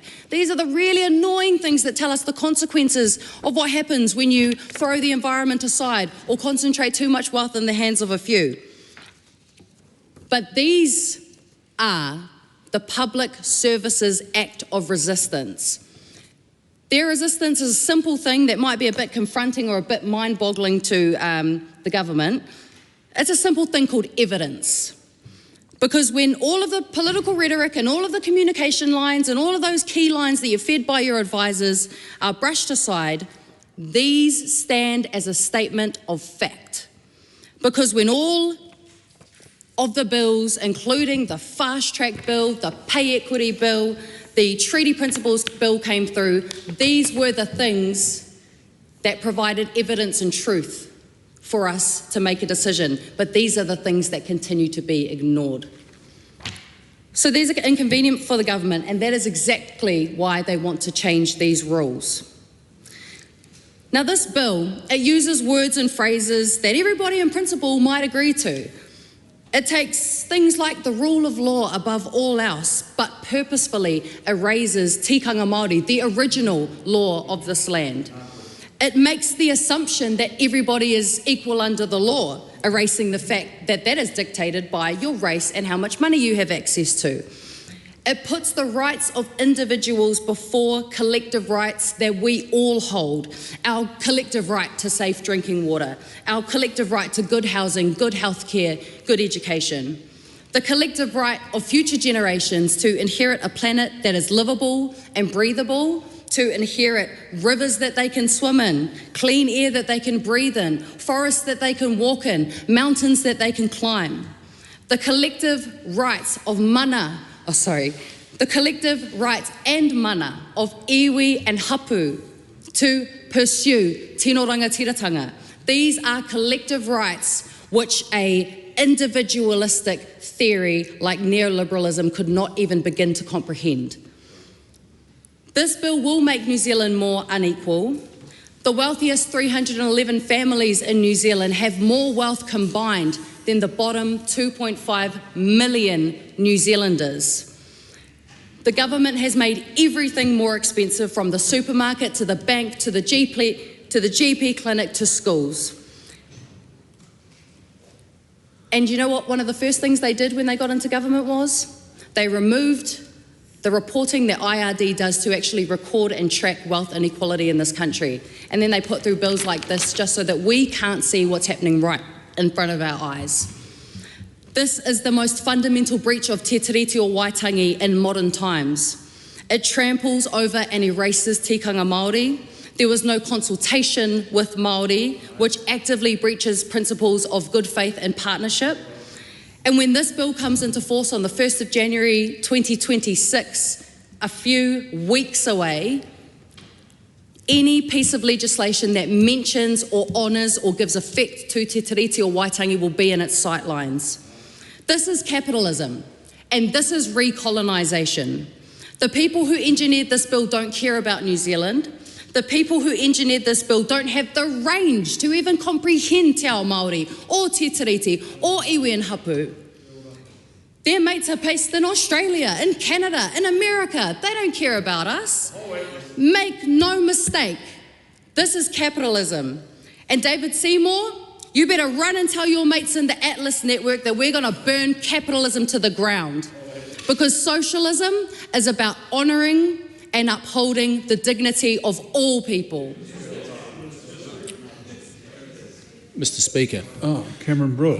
Mr. Speaker, I want to use this occasion to congratulate the ACT Party on what has been over 20 years of advocacy and hard work by the ACT Party, and this Regulatory Standards Bill gives effect to Nationals, it gives effect to Nationals' coalition agreement with ACT. And we heard and we consulted widely. We heard approximately 30 hours of oral evidence and received over 159,000 written submissions. And of course that was on top of over 23,000 submissions last year after considerable departmental consultation. But as Chair of Finance and Expenditure, Madam Speaker now, I want to point to the fact that we have improved this bill considerably with amendments that have seen the tightening up of the board and chair's independence and separation from the minister and government of the day, consistent with provisions in the Crown Entities Act. And so again, I congratulate the ACT Party. Honourable Casey Costello. Thank you, Madam Speaker. I rise on behalf of New Zealand First to speak on this third reading of the Regulatory Standards Bill and to bring some context back into the very emotional debate that has occurred, but bring it back to some semblance of fact. Again, the principles of socialism, as we've heard so many times before, is the trouble with it is eventually you run out of other people's money. Madam Speaker, we support this bill because on the fundamentals it promotes open and accountable government that legislates with key principles in mind: the rule of law, efficiency in regulation, property rights, an independent judiciary, and the belief that every New Zealander is equal before the law. And that equality relates to your equality of opportunity, that everyone has that chance to achieve their full potential. So therefore, we have no hesitation in commending this bill to the House. This call is a split call. Rawiri Waititi. As I take to my feet, as my people took to theirs a year from today, I remember.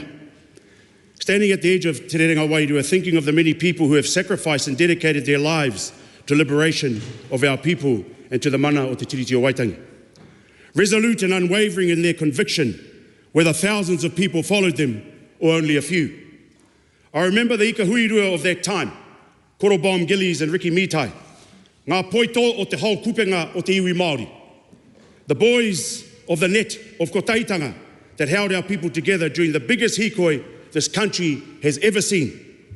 I remember the ahi, a righteous raging inferno in the puku of everybody that walked the hikoi. I remember the kapura ahi that was lit in Rangiriri, the declaration of undisturbed occupation, a reflection of the same fire burning in the puku of everyone on that hikoi, their declaration of undisturbed sovereignty.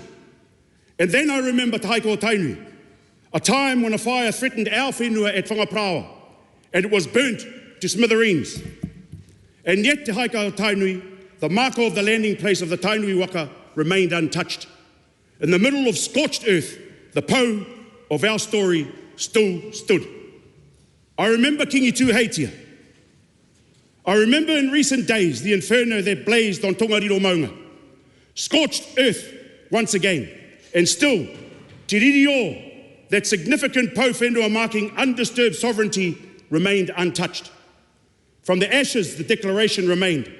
I remember Te Ariki Nui Tumu Te Heuheu.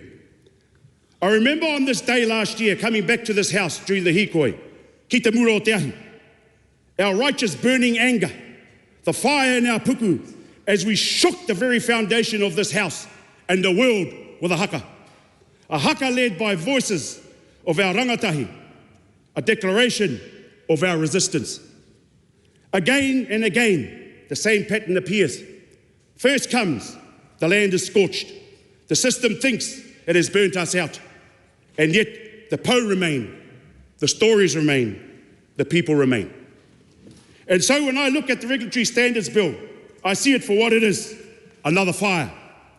Not the fire of our people seeking justice, but the cold, calculated arson of a government that wants to burn down the constitutional protections that stand between our people and exploitation. It is no accident that this government has brought the Regulatory Standards Bill to its final reading 1 year after the first reading of the Treaty Principles Bill, and during the anniversary of the hikoi o te tiriti. And so we remember that the tiriti o Waitangi is the first and highest regulatory standard of this land. We will repeal the Regulatory Standards Bill. Ahi, in all its forms, means to withstand, to hope, to regenerate, to rejuvenate, to reset. It is a declaration of our occupation and our tino rangatiratanga. This bill tries to smooth that ahi. Our job is to keep it burning. To the day 1 year ago, our people stood in the streets and reminded this House who we are. Today, as this government tries to pass a law to forget us, we stand again to remember. We remember that the tiriti is our standard, our covenant, our fire that does not go out. We remember those who walked before us, who stood often alone and lit the path anyway. To our people feeling the same fire in your puku, do not be distracted by the noise. Remember the bigger picture. Remember who we are. Remember why we believed. Keep the ahi burning. This bill may pass in the House today, but it will not survive our people tomorrow. We will all rise from the ashes, and we will build an Aotearoa hau, not on scorched earth of deregulation, but on the enduring fire of te tiriti o Waitangi. Kia ora tata. Dr. Lawrence Yunnan. Thank you, Madam Speaker. This bill essentially embeds a neoliberal cuckoo egg in every legislation. It is a parasite that is going to be wiggling its way throughout everything that this government and any other government does. There is no logic. There is no rationality. One can't find any form of enlightenment here. So what is this bill really about? Now, I want to say that I am surprised, but frankly, I am disappointed but unsurprised at the government and the cabinet and the executive allowing such a bill to get through. Allowing an act-led government to create a noose around every single minister's neck. 99.7%, gentlemen. Allowing the passing of a bill that probably is one of the bills in history that has a near 100% opposition rate during the select committee stage. This shows the naivete of this government. And this shows that this government will do whatever they can and trample over whoever that gets in their way to obtain and retain power. But, you know, let's talk about what this bill intends to do. This bill intends to empower the legislature. But we have seen those who propose this bill having no qualms about pushing through urgency in the House and sending bills after bills into urgency and extended sitting. That's not empowering the legislature. We have seen a minister of that very party that proposes this bill pushing through pay equity amendment bill that got rid of every active pay equity claims in the country without public consultation. How is that empowering the legislature? The sheer hypocrisy is astonishing. We have seen opaque track records of anything that particular minister has introduced. We have seen the school lunches being harmful for our tamariki to the point that it's a health and safety risk. Back to the bill. It is back to the bill. When you were Madam talking Speaker. about the legislation, you were on the bill, but now you're just deflecting a little bit. It is addressing the broader context of the principles of this bill of empowering the legislature and decisions that are made. This bill, Madam Speaker, introduces the Regulatory Standards Board that is presumed to be there for the people and be objective. However, the same minister that will be responsible for the creation of such a board has also created other agencies and ministries that are opaque and do not adhere to what is needed in terms of transparency and expectation of the people of Aotearoa. We're seeing the charter school agency that's been introduced signing a deal with a non-existent company, and when it comes to the creation of new charters, we're seeing the Ministry of Regulations having on average one of the highest salaries yet producing reports that has no evidential basis. So it does beg to question, Madam Speaker, how is the Regulatory Standards Board going to achieve that when they respond to one minister and one minister alone? When we already have parliamentary mechanism that's cross-party in the form of regulatory review committee that performs the same function. I don't know about you, Madam Speaker, but I hear yellow tapes in all of this. So the Green Party see this as a zombie Frankenstein of a bill that does nothing for Aotearoa. New Zealanders care about each other and the planet. And they will not stand by this bill. And so the Green Party will repeal it for sure. Honourable Chris Pink. Oh, thank you, Madam Speaker. I don't have time to talk about the fires burning in the ahi mentioned by Te Pāti Māori, even as they engage in their own acts of self-immolation. And a brief contribution, Madam Speaker, I just want to focus on the comments made by the Honourable Dr Duncan Webb, alleging some form of democratic deficit. As the sponsor of the bill has quite rightly pointed out, this is merely an accountability mechanism such that Parliament can still pass laws, notwithstanding that it will have to account to the people of New Zealand about the way they're in the past and the effect that they will have on ordinary New Zealanders.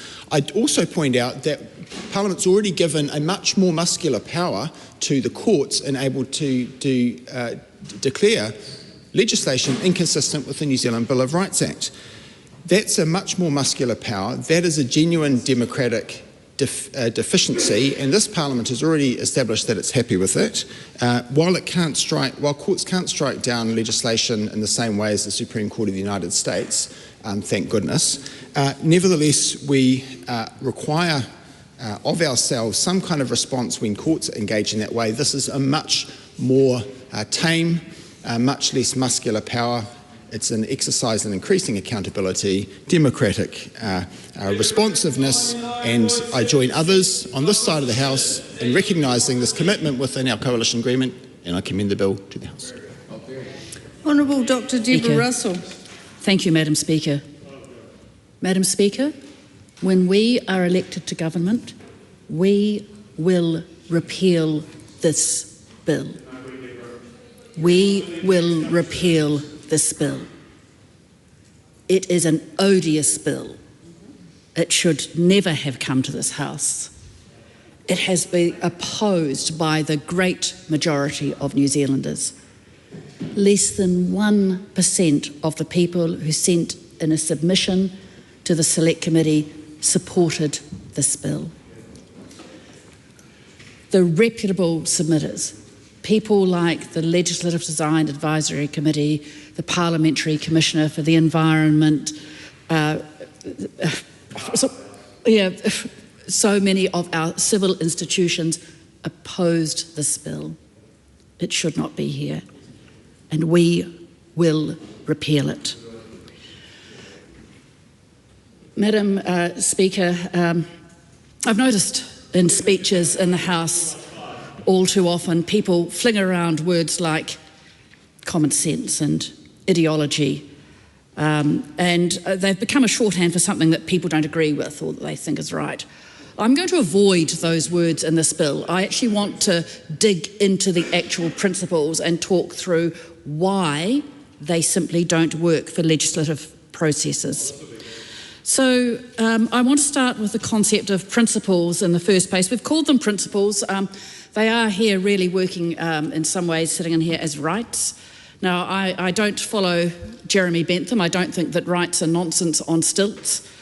Nevertheless, I think they are something that we have, as it were, invented or constructed in order that we can live with each other, in order that we can find our way in groups and in society. They've become, if you like, heuristics or rules of thumb that we deploy. And for good reason, because we live in complex societies and we want to find ways to live alongside each other. This bill puts inside it some rights or principles, and they are set out in section 8 of the bill. They're called the Principles of Responsible Regulation, but what we are really doing is putting some rights in here. And so there's some around the rule of law. The law should be clear and accessible. To be honest, this is not the usual account of the rule of law, but never mind. That law should not adversely affect rights and liberties, that every person is equal before the law, and so on. Seems pretty reasonable. There's an element of individualism going through there that I do want to talk about later. Then under liberties, again a somewhat foreign word in New Zealand, though we do talk about freedom and liberty, but it's one of those, we don't normally talk about the liberties that we have. But it says that legislation shouldn't diminish a person's liberty, personal security, freedom of choice or action, or rights to own, use or dispose of property. So that's in 8B. But then the emphasis of this law, of these principles on property becomes very clear in 8C, where it talks about the taking of property. and that legislation should not impair property rights. So what this bill does is it reifies property rights above other rights. Now, that's an interesting step to take, because one of the things about rights or principles is that we actually have a whole lot of them that we've said are good things for us to abide by in our society. You know, a freedom of speech, a freedom of religion, a freedom of association, freedom, we do think that property rights are important. But the thing is, Madam Speaker, these things often exist in tension. They often run up against each other. One person's freedom of speech runs up another person's freedom of speech. One person's property rights run up against other people's property rights. And there's a whole lot of tension there. And there is no single right which is a trump card, which can be laid down and said, this one trumps everything else. And part of the job of government, part of what we are trying to do here is to reconcile or to the tensions between these rights, to find ways through them. It's actually a hard and difficult job. That's why government ends up having to try to do it. It is hard to reconcile the tensions between some of these rights. And we actually try to do this, but not by slamming down a trump card and saying that that one is the one that matters most. Now, the Honourable David Seymour talked in his speech of a sad case of a person who had lost her retirement savings because of some new obligations that were imposed on property owners in the wake of the Christchurch earthquakes.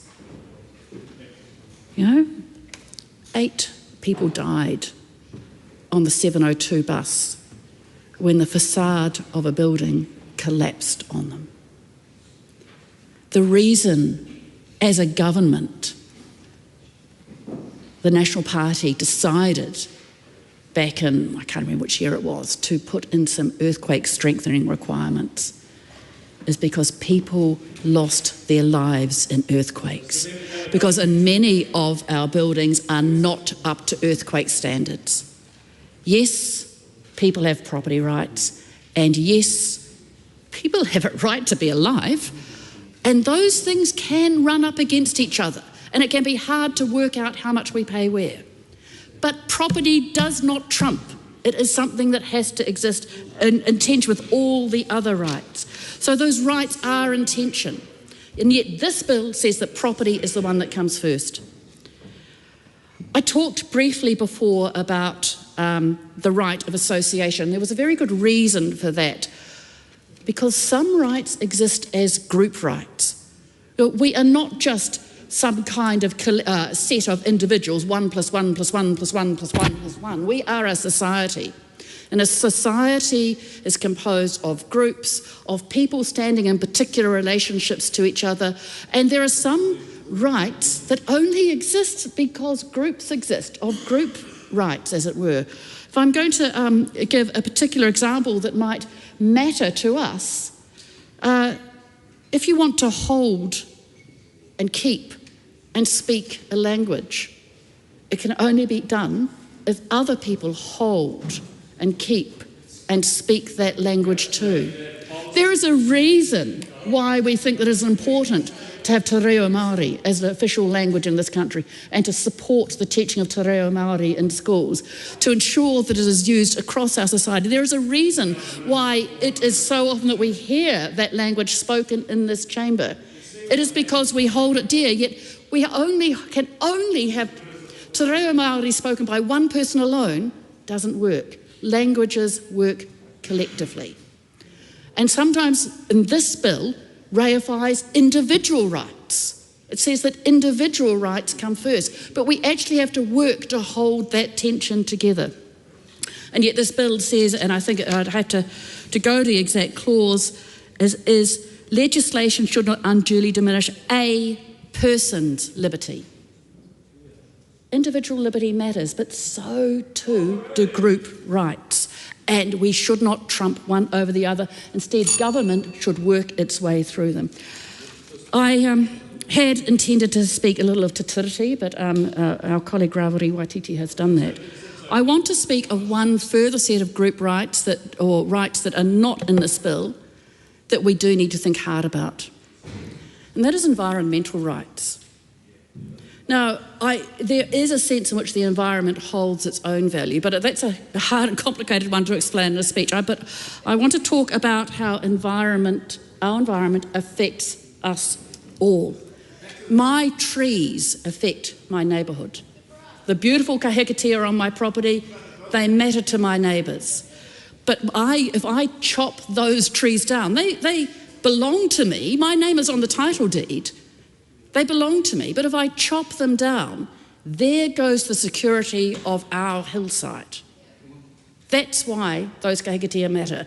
No, they are not assets just to be deployed by me. They are trees that belong to the neighbourhood. My using an ICE car affects us all through the heating of the earth, through the use of fossil fuels.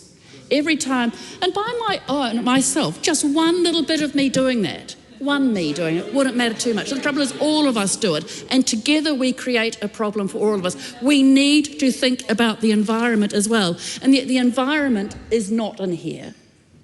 Property rights do not normally encompass environmental rights as well.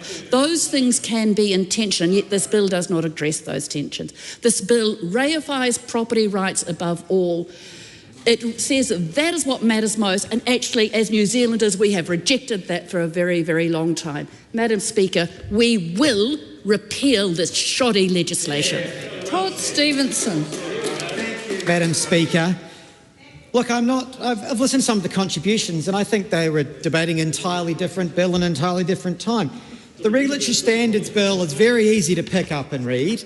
If we actually look at its purposes, it actually does some of the things that it's been criticised for, like supporting Parliament's ability to scrutinise bills, ensuring we're developing high-quality legislation and exercising stewardship over regulatory systems. So, look, that's just in Clause 3 of the bill. So really it's already doing some of the things it's been criticised for. And its principles are very straightforward in Clause 8. The rule of law. No one can disagree with the rule of law. Even Deborah Russell accepts that the rule of law is important, and it sets out what that is. Very easy to read. Liberties. It's talking about people's ability to own property and do with it what they will. And if that's impinged, that's what we start to look at in this bill. And again, as the Minister outlined in his excellent introduction, it doesn't stop Parliament doing anything. What it does is it makes sure that the people entirely understand what Parliament's doing when they infringe on their property rights or take them away. I hear parts of Te Pāti Maori yelling out at me from down there. It's hard to know. I mean, they didn't even bother to do a differing view on this bill. That's how engaged they were in it. You can easily read through the important principles that this puts in place. It's not going to restrict Parliament. It simply provides more information. Stop the interjections and let the person giving the speech tell us what he wants to tell us. It simply provides more information for the public to judge whether a minister or a government is doing the right thing, what the costs of doing that thing are, and whether it is supported. This is an excellent bill, and in fact, members of the opposition should actually be supporting it, because when it infringes treaty property rights, it actually will be a useful thing. So I commend this bill to the House. This is a split call. Honourable Kieran McAnulty. Very much, Madam Speaker. If anyone wanted yet another example of how Christopher Luxon is all talk, this bill is the perfect example. He came into the election campaign promising to be the master negotiator, and when it came time to sit down with David Seymour, he gave him everything he wanted. And this bill is exactly the sort of thing that happens when that is the approach taken by the Prime Minister. We've witnessed this through the debate, Madam Speaker. The National Party don't want to talk about this. They've taken very short calls, and they've even given one of their calls to the ACT Party. They do not want to be associated to this bill. They are being forced to do this because they didn't have the gumption to say no when they should have, and they were locked into it. And the same can be said for New Zealand First, for that matter, is that you would think that a party that has signed up to this, that has only got one call in a debate, would take that call. They did not. And I think it is very clear to anybody that is witnessing this debate just to clarify, that there was a call from New Zealand First. Oh no, I know. That's what I said. It just wasn't very long. Oh. Yeah, no, it's all good. Sorry, misunderstood what you said. No worries at all. I appreciate the opportunity to repeat for the absolute clarity that New Zealand First, you would think, that would want to have an opportunity to explain to all of their voters that have got in touch with their party, and we know that is the case. A large number of New Zealand First voters have got in touch with them and said, do not support the Regulatory Standards Bill because it is overreach, because there is quite possibly the largest proportion of people opposed to a bill through a select committee process ever, 98.7%. Now, there are many members that have been in this House longer than me, and some have not, but I would wager even the Right Honourable Winston Peters, who Christopher Luxon kept going on in an exasperated state this week. He's been here for 50 years, for goodness sake, he said. I guarantee he hasn't seen a bill that's come through Parliament that has had this level of opposition. And you would think that given it's because of the National Party and because of New Zealand First that this bill is passing, that they would have the courtesy of explaining to New Zealanders why. And they don't. They don't want to know about it. They just want to do their cursory, customary comments and sit down, because they know deep down this bill is a dud. This is right-wing ideology in the extreme being enforced on the executive, that basically every minister is now going to have to kowtow to David Seymour for permission to continue. Now, this is the bloke that portrays himself as the one that wants to find efficiencies in government and saving money, when this bill, the cost that it imposes will be as high as $60 million a year. And supposedly that is efficiency. The ministry, another pet project of David Seymour, the Ministry of Regulation, that wasn't needed in the first place, they've advised him that this bill isn't needed. But he doesn't care. He doesn't care because he knows better, and because he knows that he's got the National Party backed into a corner from day one, because Christopher Luxon didn't have the gumption to say, this is dumb, we're not going to do it. The master negotiator said, come one, come all, have all you like. As long as I'm Prime Minister, I don't care. And now we're stuck in this situation where we have to deal with this bill. New Zealand is a country that has a proud history of ensuring that society as a whole is considered when decisions are made. But now, all of a sudden, we are a country that is at the whim of David Seymour. This bill will be repealed within 100 days of the next government. That is absolutely ironclad, locked in. This is a temporary experiment of right-wing ideology that will not last the test of time. Like all other ideological burps, this will go down into the history of political science classes at university. That will be the legacy of this bill, because this will not last. This is dumb. This is stupid right-wing thinking that New Zealand First and National had the opportunity to say no to, but they were more interested in becoming ministers than actually standing up for what they believe in. Great speech. Nancy Lowe. Madam Speaker, I stand to speak and support for the third reading of the Regulatory Standards Bill. The FEC that I'm part of have worked really, really hard to improve the bill from its original state till now to pass in the third reading. We have tightened the board and the roles and the responsibilities for the Minister of the Day. The FEC have put in the hours of the work to improve the bill. This bill also gives effect to the National Act Coalition Agreement that New Zealanders actually voted for. So therefore, congratulations to the ACT Party, and I commend this bill to the House. Aruna Williams. Takura koe,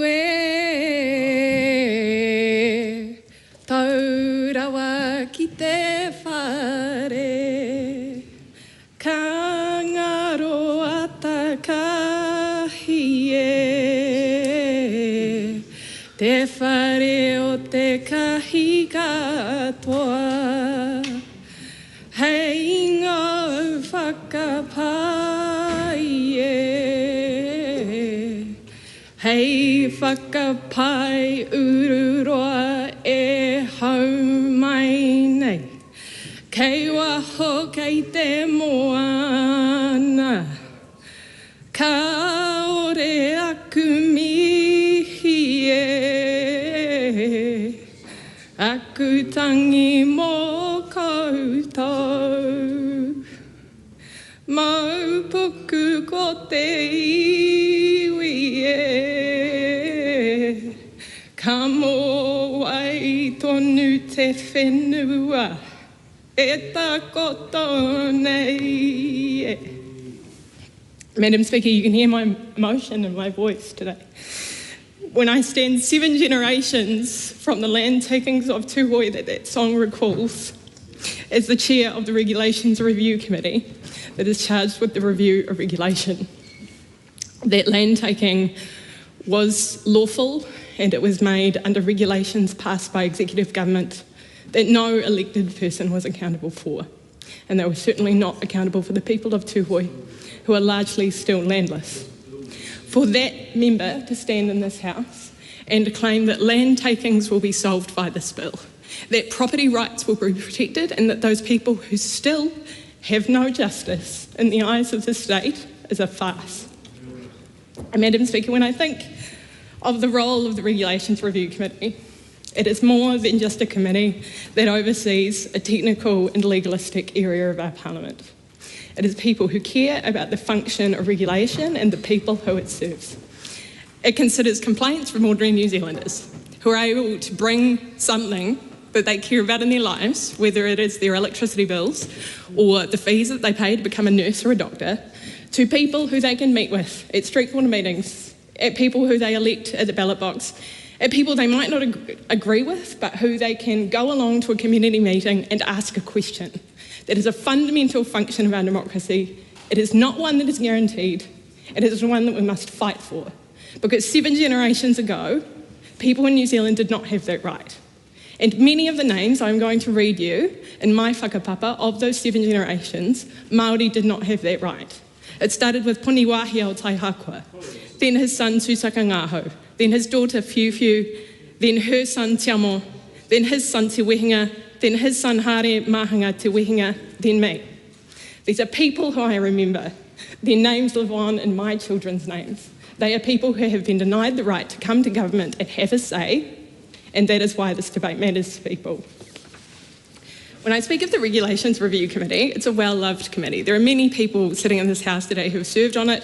They are Parliament's legislative enthusiasts. They are the public law nerds. They are the regulatory experts. They are people who care about shaping lives and making our regulation and our law work for us.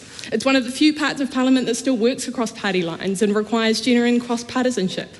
And we hear from ordinary people, from businesses, from experts, and we test whether written rules by government are fair, proportionate and effective with the best legislative counsel in the country advising it. And I record my thanks now here to the Office of the Clerk for their exemplary public service in that committee. That committee's cross-partisanship and its cooperation is its strength. It ensures that regulation is grounded in real-world impacts and that elected representatives are accountable for the people for that. And it's because of that, because of the trust New Zealanders now place in our democracy, that I'm standing today with that kind of emotion and passion for this area. Because this bill weakens democracy. Transparent scrutiny that Parliament provides is important to everyone, and it sets up a new framework that elevates narrow interests over the public good and ultimately public trust. It makes it harder for this House to pass the kind of protections that New Zealanders rely on. A fair go for those small businesses, competing with the top end of the town, and reliable electricity and phone connectivity and safe workplaces. It means that ideological ideas enter into our legal system through the executive. That's destabilising because it shifts power away from accountable MPs and towards an ideological test that was never asked for by the public. And national MPs on the other side of the House know that. and they should be ashamed of that. They know this is a dark day for our democracy. Everyone in the National Party should be hanging their heads in shame, and they will be, because their names will forever be attached to this harmful bill. It lays bare just how weak this government really is. And once again, Christopher Luxon has shown he is too weak to stand up to David Seymour, just like in the Treaty Principles Bill, and just like legislation last month, which confiscated the rights on the foreshore and seabed that people have won in the courts. This bill is completely out of touch with what people want. And it's harm that Christopher Luxon is willing to do to New Zealand just to cling to power. It's disturbing. National chose a grubby deal to stay in office over standing up for the people that they serve in their electorates. They're trading away the responsibility to govern in the public interest for the comfort of keeping the seats on that side of the House. And I want to make one thing clear. Labor will repeal the Regulatory Standards Bill. Fewer than 1% of submitters supported this bill at Select Committee. Fewer than 1%. Christopher Luxon was told loudly and clearly that New Zealanders do not want this, and he pushed ahead anyway. If he or anyone else in the National Party is not willing to take decisions on behalf of the people that you purport to lead, why even be here? The Regulatory Standards Bill puts corporate interests ahead of our communities, ahead of environmental protections, and ahead of the tiriti o Waitangi. It is a grim and visionless idea for a country that is founded on something bigger than any one of us. Laws and regulations that keep people healthy and safe, like requiring landlords to heat homes, will be left out to the whims of David Seymour and whether he thinks it's a good idea or not. It will make it harder to keep our air and our rivers clean and to reduce climate emissions. New Zealanders will remember this day in 2026 when they vote National out, because those are the MPs they can hold accountable. Those are the MPs that represent the electorates they sit in. And so I want to tell them, the next Labor government will repeal the Regulatory Standards Bill within our first 100 days. Madam Speaker, the strength of these words reflects the strength of the evidence presented to us. Submitters told us this bill would make regulation less stable, less fair, less democratic, less of a New Zealand they wanted to be a part of. Fewer than 1% supported it. That alone should cause any responsible government pause. Instead, the government pressed ahead anyway. And in doing so, it has ignored the very principle that sits at the heart of good regulation: legitimacy, faith, public trust in the system. For regulation to work, it must be trusted. And David Seymour, in his opening speech, referred to the strength of those institutions as a fundamental principle of any economy that works. That is true. To undermine public faith in this way is not only bad for this place, but it's bad for our economy. We need a carefully balanced, transparent system, and this bill undermines that trust. It also undermines Parliament. It weakens ministerial responsibility. It shifts decision-making to a structure that is not democratically grounded, and it sidelines that cross-partisan, evidence-based work that the Regulations Review Committee can and does still do. It's work New Zealanders rely on to protect their rights. Regulation isn't abstract. It means something to the people who need it, and it affects their daily lives. It's a patchwork of protections for the things we care about, including Te Tiriti o Waitangi and those places that make New Zealand special. This bill puts all of that at risk. And as the chair of the committee entrusted with scrutinising regulation on behalf of the public, I needed to raise how much of an impact this will have on not only the work of that committee, but on all of the systems that this Parliament is proud of and has built up on the world stage for that kind of regulatory scrutiny. New Zealanders deserve a system that protects them, and not one the basic protections are harder and harder to achieve within. This bill is wrong for our democracy, it's wrong for our people, it's wrong for our future, and I'll be glad when Labor repeals it. Bidwell. Madam Speaker, I've listened intently to the debate in the House today, and there's nothing new that has come from this debate that I haven't heard already in the Finance and Expenditure Select Committee. This bill is all about accountability of the executive. On balance, I think this is a positive step forward. I certainly look forward to the day when we see more cost-benefit analysis. I've seen far too many bills across this House with very poor drafting, very poor cost management, cost-benefit analysis, and I want to congratulate the ACT Party, and I commend this bill to the House.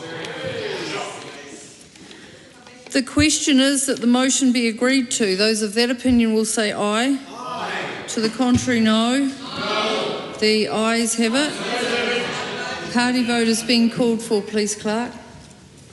New Zealand National. 49 in favour. New Zealand Labour. 34 votes opposed.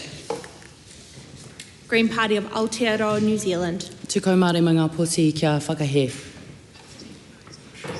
Act New Zealand. 11 votes in favour.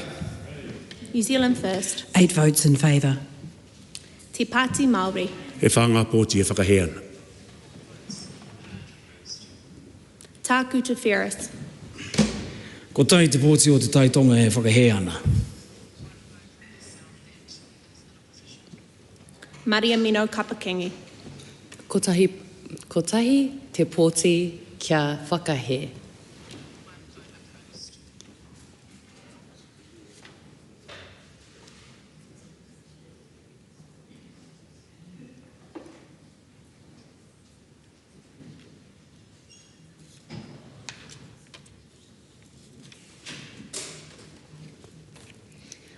The ayes are 68, the noes are 55. The question is agreed. Regulatory Standards Bill, third reading. I call on Government Order of the Day number 2. Telecommunications Amendment Bill, first reading. Honourable Chris Pink. Thank you, Madam Speaker. I present a legislative statement on the Telecommunications Amendment Bill. That legislative statement is published under the authority of the House and can be found on the Parliament website. Honourable Chris Pink. Thank you, Madam Speaker. I move that the Telecommunications Amendment Bill be now read a first time. I nominate the Economic Development, Science and Innovation Committee to consider the bill. Madam Speaker, telecommunications services are vital to New Zealanders' lives and the sector generally works well, but as we all know, technology moves fast. This bill makes a series of targeted regulatory changes to ensure regulation keeps up with changes and Kiwis continue to have world-class connectivity services. There is a second bill that gives effect to the rest of the package of telecommunication regulatory changes that Cabinet agreed to, but I understand that this has not been approved across the House for association for first reading. Beyond the targeted improvements in this bill, we are in the process of making other improvements to regulatory settings for the telecommunications sector. We're making critical updates to the National Environmental Standards on telecommunications facilities as part of the Resource Management Act changes, or rather replacement, as well as removing barriers from the activities of fibre companies so that they can innovate and expand. Madam Speaker, we're also undertaking a broader communications systems level review led by both the Minister for Media and Communications and the Minister for Regulation. Decisions following that review are yet to be made, but I understand that ministers have worked to avoid duplication between the changes made in this bill and the matters that the Ministry for Regulation has been looking into. There are three key issues in the Telecommunications Amendment Bill. First, the bill makes permanent the rights that allow fibre providers to access shared property to install fibre.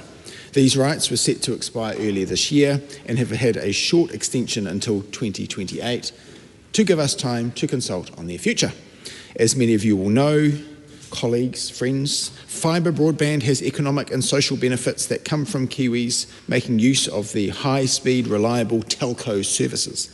But without these rights, some consumers will be at the mercy of an unresponsive or unsupportive neighbour if they want to use shared property to connect to fibre. Making the rights permanent reflects our commitment to supporting New Zealanders to connect to and benefit from high-quality telecommunication services.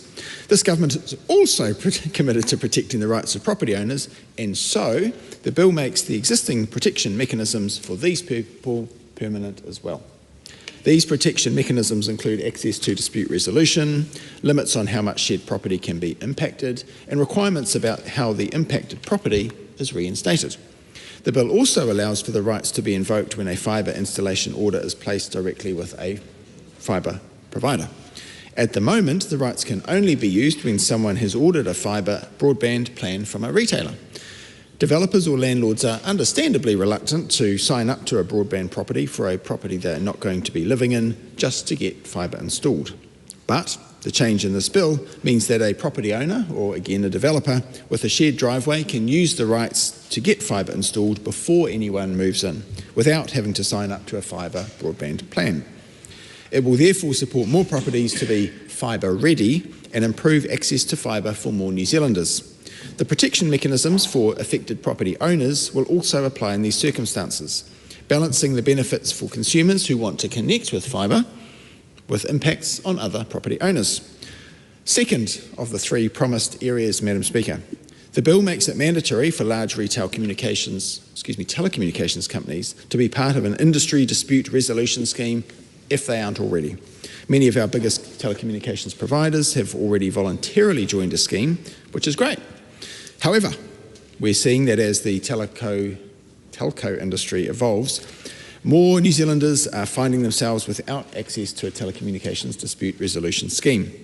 Given the number of complaints relating to the telco sector each year, it is important that consumers can escalate their concerns to an industry dispute resolution scheme.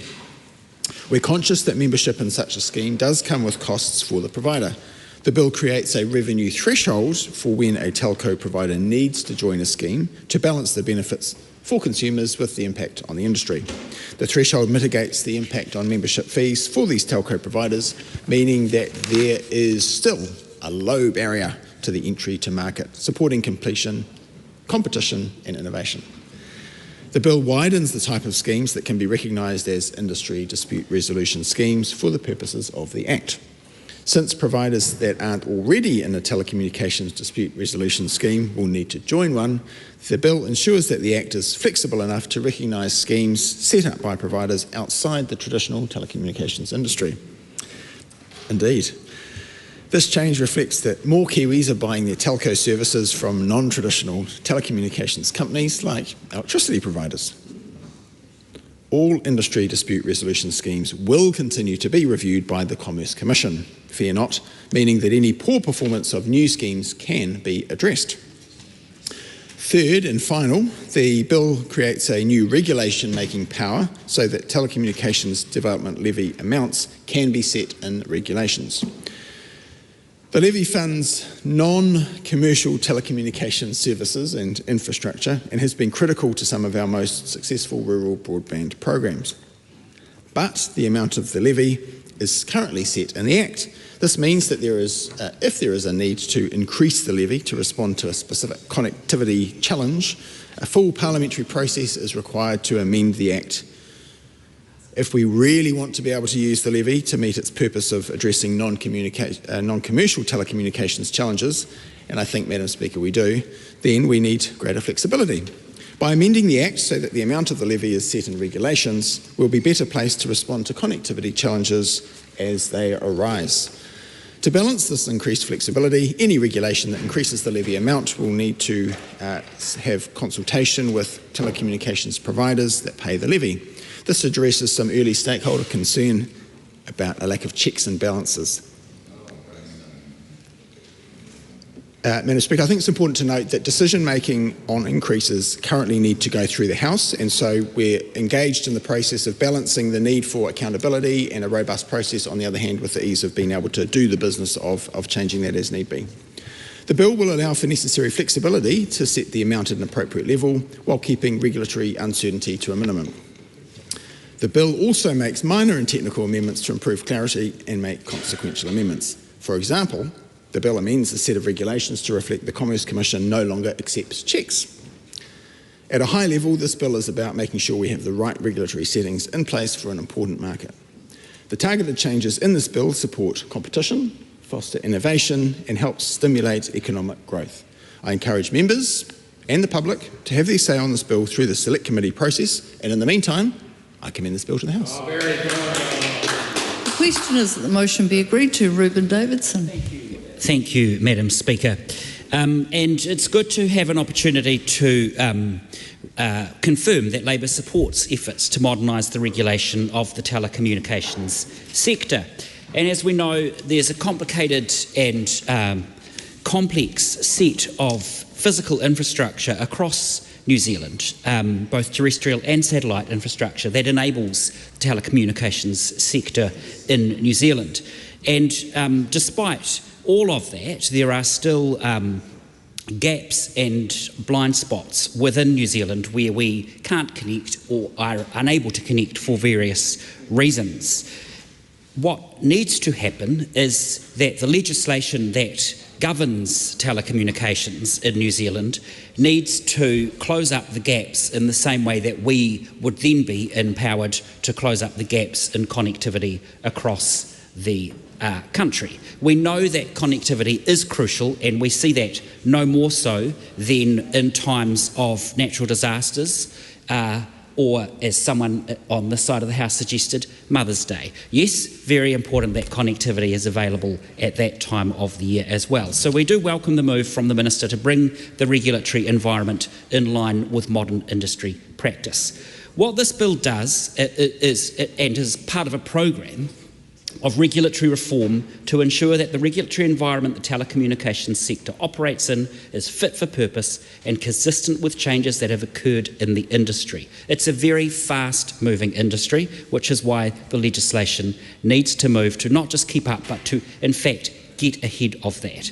Right now, membership of an industry dispute resolution scheme is voluntary, and the Commerce Commission estimates that 200,000 consumers don't have access to a dispute resolution mechanism, which is a lot of people who would be unable to progress or raise claims or complaints, should they need to, about issues to do with their telecommunications connectivity. So the bill will mandate that telecommunications providers with an annual revenue of more than 50 million must be members of an industry dispute resolution scheme, set at 50 million to maintain a lower barrier to entry.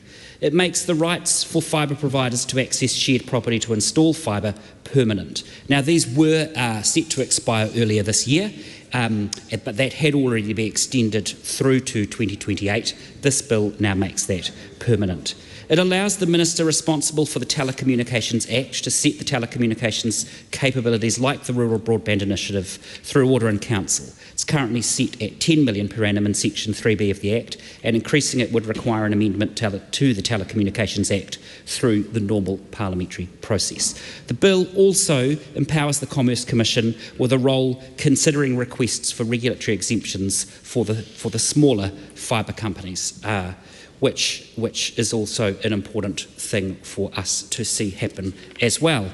Now, one of the other things I wanted to really raise as we discuss the subject matter of this bill and the services that it provides to New Zealanders and connects us with is that earlier this week I had the opportunity to attend the Spark Accelerate Summit in Auckland, which happened over 2 days on Tuesday and Wednesday of this week. And that was a really impressive showcase of some of the opportunities to innovate and to increase productivity, which is fantastic across our business sector and our business community, but also provides enormous opportunity through connectivity for us to empower communities, rural communities, regional communities, isolated communities, but also some of our underserved communities in our cities and in our urban centres who up until now haven't been able to, or for many reasons, aren't able to enjoy the level of connectivity and the level of service that they need and deserve to have. Now, one final note that I really wanted to just reference in closing is that there was a request for this bill to be wrapped into the other telecommunication amendment bill on the order paper. But I think that it's very important that, given the differences in the two bills and the different areas that each of them seeks to address, we need to keep those bills separate and we need to deal with the issues in each separately because they are separate issues. So we do support the bill, but we think it's important to take the time to get the legislative infrastructure right.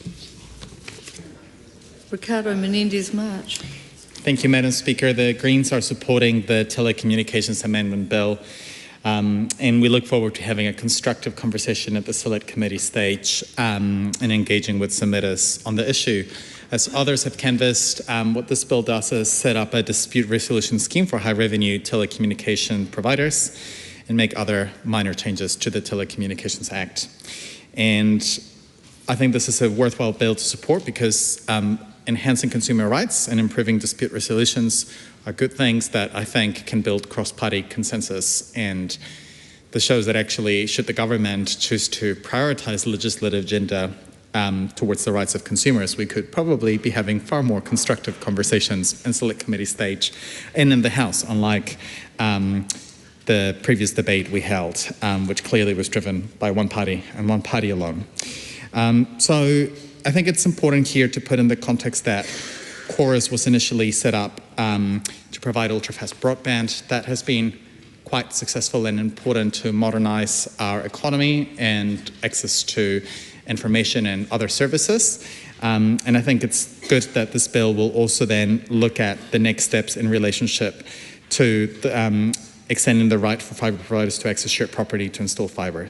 And I think there's other conversations we need to have in relationship to the dispute resolution scheme, because in some ways that in and of itself will lead to consumers having better outcomes. One of the things that I've noted in the context of this bill has been the broader political conversation around the purpose of Chorus moving forward. And the government does, did effectively invest in Chorus when the rollout of the fibre settings were being put in place. I think the services that Choruses provide, in my view, should be a public good, and we should work towards that, because access to services like internet are actually becoming essential services, and we saw that during, for example, the pandemic. And so for those entities that help provide that very same infrastructure, we should be empowering them to broaden the services that they can provide, but ensure that they also retain in the public good. And so while it is good to see that this bill is being introduced to better support consumers and broaden the services that Chorus can provide, I think it's important also that the government and its broader political and economic agenda enhances the ability for Chorus to remain, as I mentioned earlier, within the public good. There's also other provisions in this bill, which we look forward to examining in greater detail at the Select Committee stage, which includes allowing a telecommunications development levy to be set through regulations as opposed to primary legislation, and this would be led by the minister in charge. This is, I think, something that feels practical. Often things that are set within primary legislation end up not necessarily keeping up with the times or the economic conditions. And so having provisions for these levies to be set through regulations by the minister is a useful way in which we ensure that we can adapt to the different economic outlooks and also what the industry at large looks like. And we also have in this bill the provision for the Commerce Commission to fulfill roles given to it by the constitutions of Enable, North, Power Fibre, Tuatahi First Fibre with ministerial approval. All of these changes, I think, are things that make common sense. So we commend the government for bringing this bill forward. And as I said earlier, I think one of the key things that will continue this constructive conversation will be submitters' engagement with this bill. So I look forward to members of the public, people who may have an interest within those industries, to participate in the Select Committee stage. And that also within the Select Committee stage, we continue honouring the accessibility of participation by members of the public. Because I also reflect on the fact that we're receiving a lot of submissions in the Standing Orders Select Committee, and the fact that I think, bills like this one are a great example where I hope we receive an above average amount of submissions from the public, because it should not always be bills that rally up a lot of outrage, rightfully in many cases, that get public engagement, and the protections for the public to engage in bills like this ones, in my view, should be protected. So we look forward to continuing to hopefully support this bill, and we commend it to the House. Madam Speaker. Todd Stevenson. Thank you, Madam Speaker. It gives me pleasure to rise on behalf of ACT and speak on the Telecommunications Amendment Bill. ACT is proud to be part of this well-functioning government. And it's actually been interesting coming into Parliament and obviously being involved in select committees and part of the government. A lot of the work we're doing is actually fixing up areas where things have been neglected for some time. And this is another excellent example of where we're taking a targeted approach to updating the Telecommunications Act. Actually, the Telecommunications Act of 2001 which is actually quite old now if you think about 2001 and think about all the technology changes that have happened. And in fact, probably back in 2001, no one would have imagined that we would now actually have a satellite network around the world that can deliver internet to you anywhere in New Zealand. And I know members across the House who use phones that are supplied by Parliament will now know that that service is actually available anywhere in New Zealand to actually get communications on your phone even when you're not near a cell tower. And so that's the kind of changes we've seen even in what could be described as a relatively short period of time. And so this bill just seeks to make some very sensible updates, actually add to the existing dispute resolution scheme by making it mandatory for certain companies with over $50 million in revenue to have to join the scheme, and also ensuring, because our broadband rollout in New Zealand has been very successful, and we want to ensure where there are these issues around enabling access to shared properties that can still be done. And actually, if you look in the bill, and if people have got time, there's a great example of it's got a little, sometimes these bills are great, they have little examples of what they're talking about, and they use the example actually of a 3-storeyed apartment building and why needing this shared access is appropriate. So that's a very sensible change. We've got some other minor updates around the telecommunications development levy and going to set that by regulation. We've got a bit of an expansion to the role of the Commerce Commission in relation to very specific companies, some technical, other technical updates. So all in all, this is actually a very sensible piece of legislation to make sure that the Telecommunications Act remains fit for purpose. And it's very encouraging to see that we've already heard all the parties that have spoken so far are going to support this to Select Committee, which I think is very good, because it is where the Select Committee that any of the specific details can be worked through. I'm sure this will get a number of submissions, particularly from telecommunications providers and users, I suppose, of telecommunications services as well. But they will be able to go through the detail of this bill, identify any issues, and I know that the Select Committee, will work diligently to make sure that when this is returned to the House, any issues have been identified. This is a very sensible update, and I commend it to the House. Jenny Marcroft. Thank you, Madam Speaker. I rise on behalf of New Zealand First in support of the Telecommunications Amendment Bill. This is a particular area which I have a lot of interest in as the Parliamentary Under-Secretary for Communications with the Delegation of Rural Connectivity. The telecommunications industry, Mr. Speaker, provides an essential service. In fact, some could say it's a critical service. The services that the industry provides are the foundation of every modern service that we consume. We, in fact, have high-class digital infrastructure networks in New Zealand. We should be very proud of that.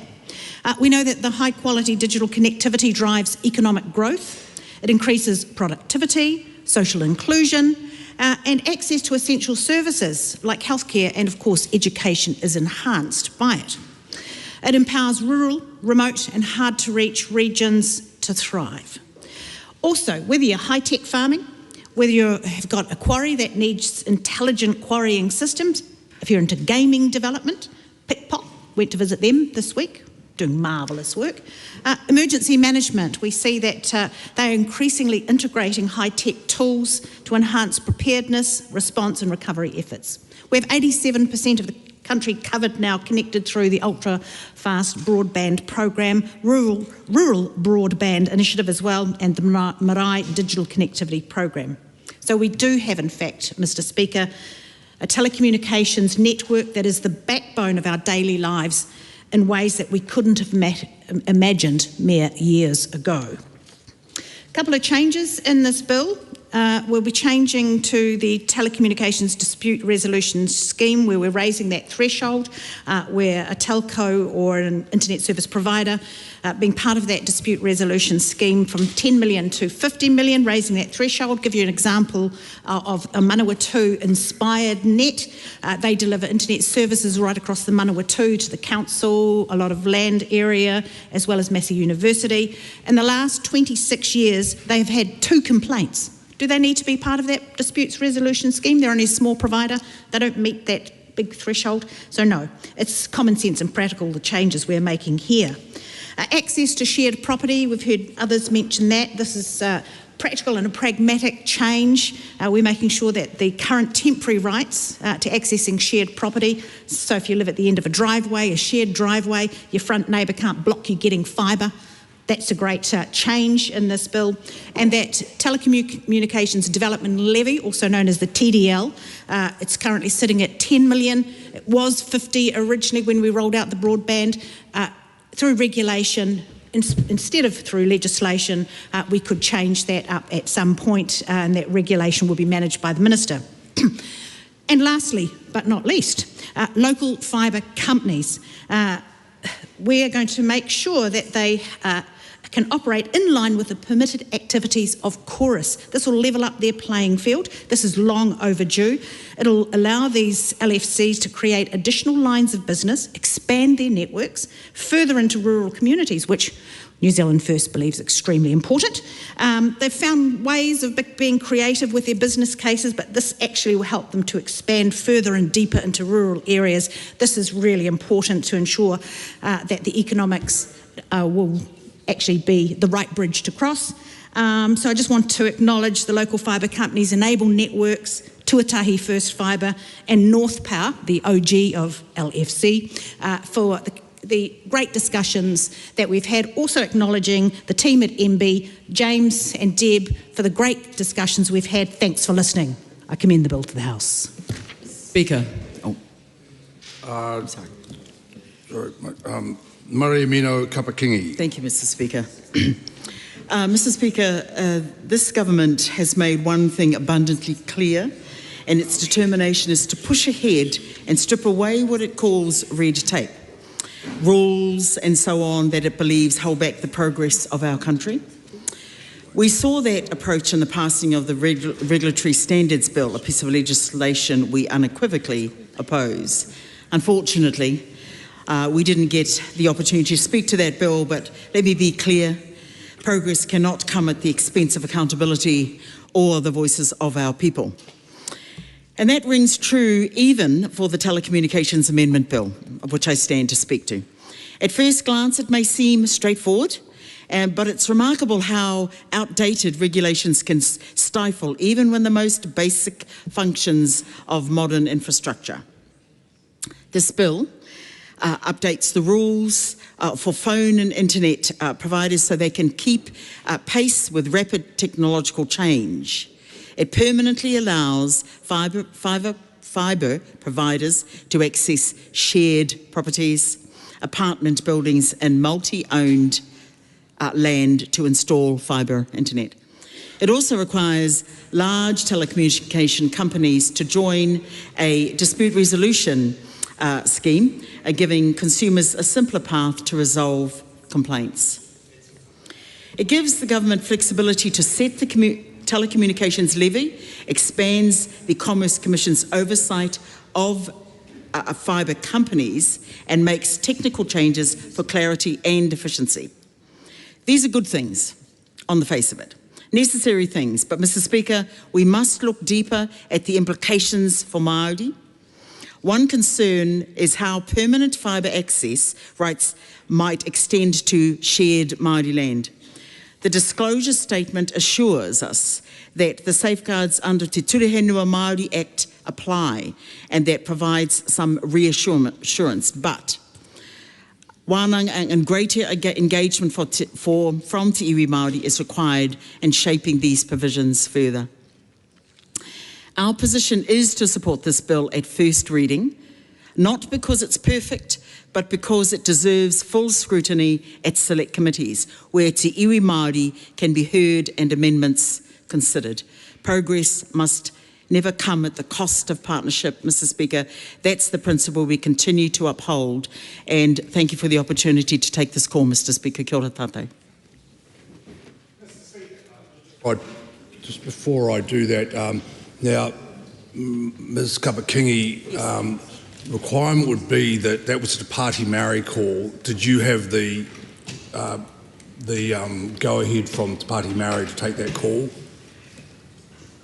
I didn't have a direct conversation. All right, well, just okay. Well, that was probably a mistake on my part, but I'm All happy right. in future to take that call. That will be required. Kapai. If you take another party's call, you will need to actually get their permission. Thank you. So, but that's a wonderful speech anyway. Mr. Speaker. Hey, Dr. Hamish Campbell. Excellent. Thank you, Mr. Speaker. It is with great pleasure that I rise in support of the Telecommunications Amendment Bill. And it's great to hear support around the House for this piece of legislation. Of course, the National Party has a long history when it comes to telecommunication, because it was Stephen Joyce who rolled out the ultra-fast broadband right across the country, which was such a great project. Thank you, Mr. Court, which has allowed so much progress here in New Zealand. And actually, my colleague to my left, Tom Rutherford, the MP from Bay of Plenty, actually remembers before ultra-fast broadband when we had dial-up. So maybe he's not as young as I thought he was.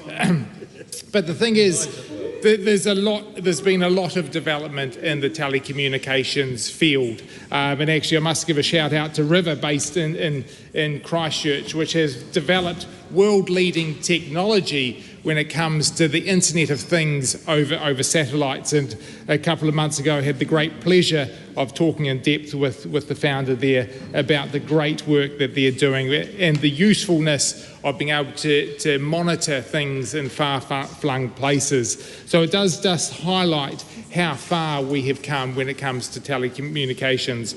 But I do just want to kind of get back to this bill, because really what it's about is actually modernising our telecommunications legislation to enhance that even further. Of course, we need a reliable, high-quality network and digital connectivity to improve our productivity, and it's essential to growing our economy and easing the cost of living. And of course, these days with AI and a range of other technologies, we need that communication. We've heard also about smart farming and other options which are just going to actually require more data, and we need to make sure that we are up to date with our telecommunications. Of course, this bill introduces regulatory changes to improve telecommunication services, particularly in those rural and hard to reach places. I know there's areas in New Zealand which are still could be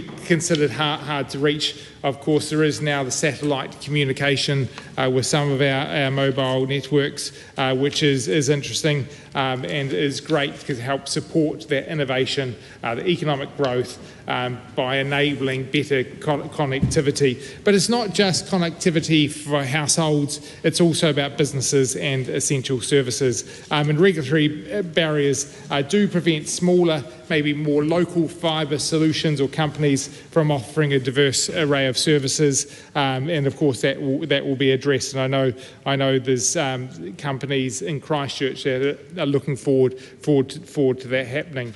Rural Kiwis will see improved access to reliable, high-quality digital connectivity. That helps for whether it's remote learning, but also we want to have more digital healthcare. This government, of course, has rolled out telehealth, a great way to maybe see your GP. Maybe you can't get into the local one, but maybe if you have a cold or something like that, you can have digital healthcare, which is really important. So this bill really supports innovation, investment, and delivery of world-class connectivity services across New Zealand. Of course, that connectivity connects us with the rest of the world. Therefore, I commend this bill to the House. Mr. Speaker. Arana Williams. Thank you, Mr. Speaker. This is a bill that Labor supports because improvements to consumers' experience of telecommunications in New Zealand is important to everyone. And this is something we intend to work through carefully at Select Committee to really understand what the trade-offs were here for the government. There are a few noted in the regulatory impact statement, like a move from what was consulted on from the option to mandate membership in the industry dispute resolution scheme for retail providers from 10 million, and it's gone up to 50 million in this bill, and some other changes like a ministerial regulation making power over the telecommunications development levy, which is important to all New Zealanders. But Mr. Speaker, I want to draw the House's attention to the information that we've been presented with here, it says it at the top of the page pretty plainly. A program of regulatory reform is underway to ensure that telecommunications regulatory regime continues to support a well-functioning telecommunications market. Mr. Speaker, that statement suggests that there is more to come. And I would ask the ministers, what is more to come here? What can the House expect that there might be introduced, say, at the committee, at the select committee stage or at the committee stage, no doubt, that would make this a priority for a government that has a busy legislative agenda and more to do, when these changes are relatively minor, relatively technical, and make a small change to the improvements that consumers can expect. I've heard from the Undersecretary Jenny Marcroft that this makes a big change to the LFCs, and it does. It is important for rural connectivity here that they come within the remit of the Commerce Commission, but that has been a change long signalled, I think since 2011, and is pretty well understood in the industry. So what else in here is planned? And we know that the government has flagged up a intention to sell off state assets. One of those is Chorus. Can we expect other changes that will impact on Chorus's ability to continue to offer public benefit through telecommunications infrastructure, which, as the member for Ilam noted, National has a long history of proud state investment in Chorus and the fibre rollout. That is something to be proud of, is National walking back on its state asset commitment to that important infrastructure, and also overseen, while under the John Key government, a breakup of the telecommunications sector that was allowed by, quite innovative at the time, competition rules that allowed a third player to enter the market. Can we expect further market consolidation under this government's watch, as we have in other important sectors like in energy and in supermarkets? Mr. Speaker, I want to just highlight for our work at the Select Committee the things that I will be most interested in. The first is the dispute resolution scheme. It's great to see the government mandating here membership of an industry dispute resolution scheme. It would be useful if other consumers and other industries where complaints are a really important mechanism of accountability had that from this government, but we haven't seen that in financial services or in consumer credit. So my questions will be around how far this extends, why the threshold at 10 million has been changed to 50 million, which would essentially be the bigger providers, when a huge range of consumers will miss out on those dispute resolution mechanisms if that threshold is changed higher. It is sensible that all consumers have access to a well-functioning dispute resolution scheme, and you would think that it would also be in the government's interest to make sure that consumers could raise complaints about fairness and about service quality when that is so important to our economy. I'll also be asking questions about the development levy. Just for the House's context, that is a levy that subsidises telecommunications capacity in the public interest, and it has been so since 2011. Things like rural broadband, black spots, TSO relay services for the deaf and hearing impaired, and connectivity to the Chathams are all things that their levy pays for. Why would we set a new regulation making power where the incentives to the minister were to set that down when this pays for such important public infrastructure for people to communicate with each other and to do business in Aotearoa? Those are the questions I'll be asking. I'll also be asking why in this bill that could be dealing with things like bill transparency for consumers, like copper withdrawal by Chorus through many of our towns and rural areas, retail service quality which is declining in New Zealand for telecommunications customers, particularly over the three major providers, and phone consumer credit debt, where affordability is a huge issue for most New Zealand consumers. Why are those things that this bill does not address? Tom Rutherford. Thank you very much, Mr. Speaker. Great to stand up and make a contribution on the Telecommunications Amendment Bill. I was just talking with my colleague Hamish Campbell next to me. He was telling me about a time he can remember when the internet was being created. And Mr. Speaker, I can't remember a time where we didn't have the internet available. And so, you're looking at a bit of chalk and cheese on this side of the House, Mr. Speaker. But great to have both of us contributing on this legislation, because it's good to have a variety of perspectives on the legislation, and lived experience, Mr. Campbell, I think would be really important. So great to stand up and speak about it. But it is an important piece of legislation, as Aotearoa Williams was talking about in her contribution as well. The following piece of legislation, which will be coming through the House shortly, as well as the Telecommunications and Other Matters Amendment Bill, And both of these are making sort of targeted changes to the regulatory settings, which from our government is really important because, number one, it supports economic growth, competition, which is really good to have in the telecommunications market, and ultimately better outcomes for consumers. These legislative changes seek to ensure that the regulatory regime keeps pace with changes in the market and remains fit for purpose. And I think that's a really important part around legislation, ensuring that, as I talked about actually last night in my company's address, Deborah Russell's members' bill, it's really important that legislation is agile and not nostalgic and actually is prepared to change and adjust as times change and develop. And I think this piece of legislation and the Supplementary Telecommunications and Other Matters Amendment Bill is going to do exactly the same as well. Let's talk about some of the key provisions that are included in the legislation. We know that reliable and high-quality digital connectivity improves both productivity and are essential to growing our economy and easing the cost of living. We know that's really, really important for us. We also know that this bill is introducing regulatory changes to improve telecommunication services, particularly as Aotearoa Williams also highlighted in her contribution, in those really rural and hard to reach areas. It's really important for those communities to have increased and improved access to telecommunication services, particularly in our rural and hard to reach areas. Mr. Speaker, it does also support competition, innovation and economic growth by enabling better connectivity for households, businesses and essential services. Regulatory barriers which are preventing smaller, local fibre companies from offering diverse services will be removed. And I think that is really fundamentally important for competition, for your normal household, those in rural communities, but also businesses, to know that local fibre companies are offering diverse services.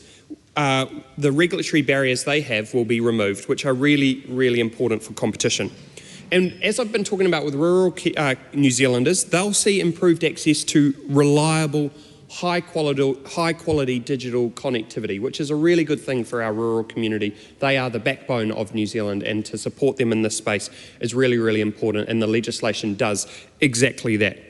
Mr. Speaker, it also focuses on better connectivity supports for remote learning, digital healthcare, as Hamish Campbell talked about in his contribution, and so did Jenny Marcroft as well. We are rolling that out as a government and wanting to take it further. And so having access to digital healthcare is really, really important, and this legislation supports it. It enables it to go further. For more Kiwis to get access to digital healthcare, that's a good thing. That is a really, really good thing. And it also provides economic opportunities for local businesses. The bill also supports innovation, investment and the delivery of world-class connectivity services across New Zealand.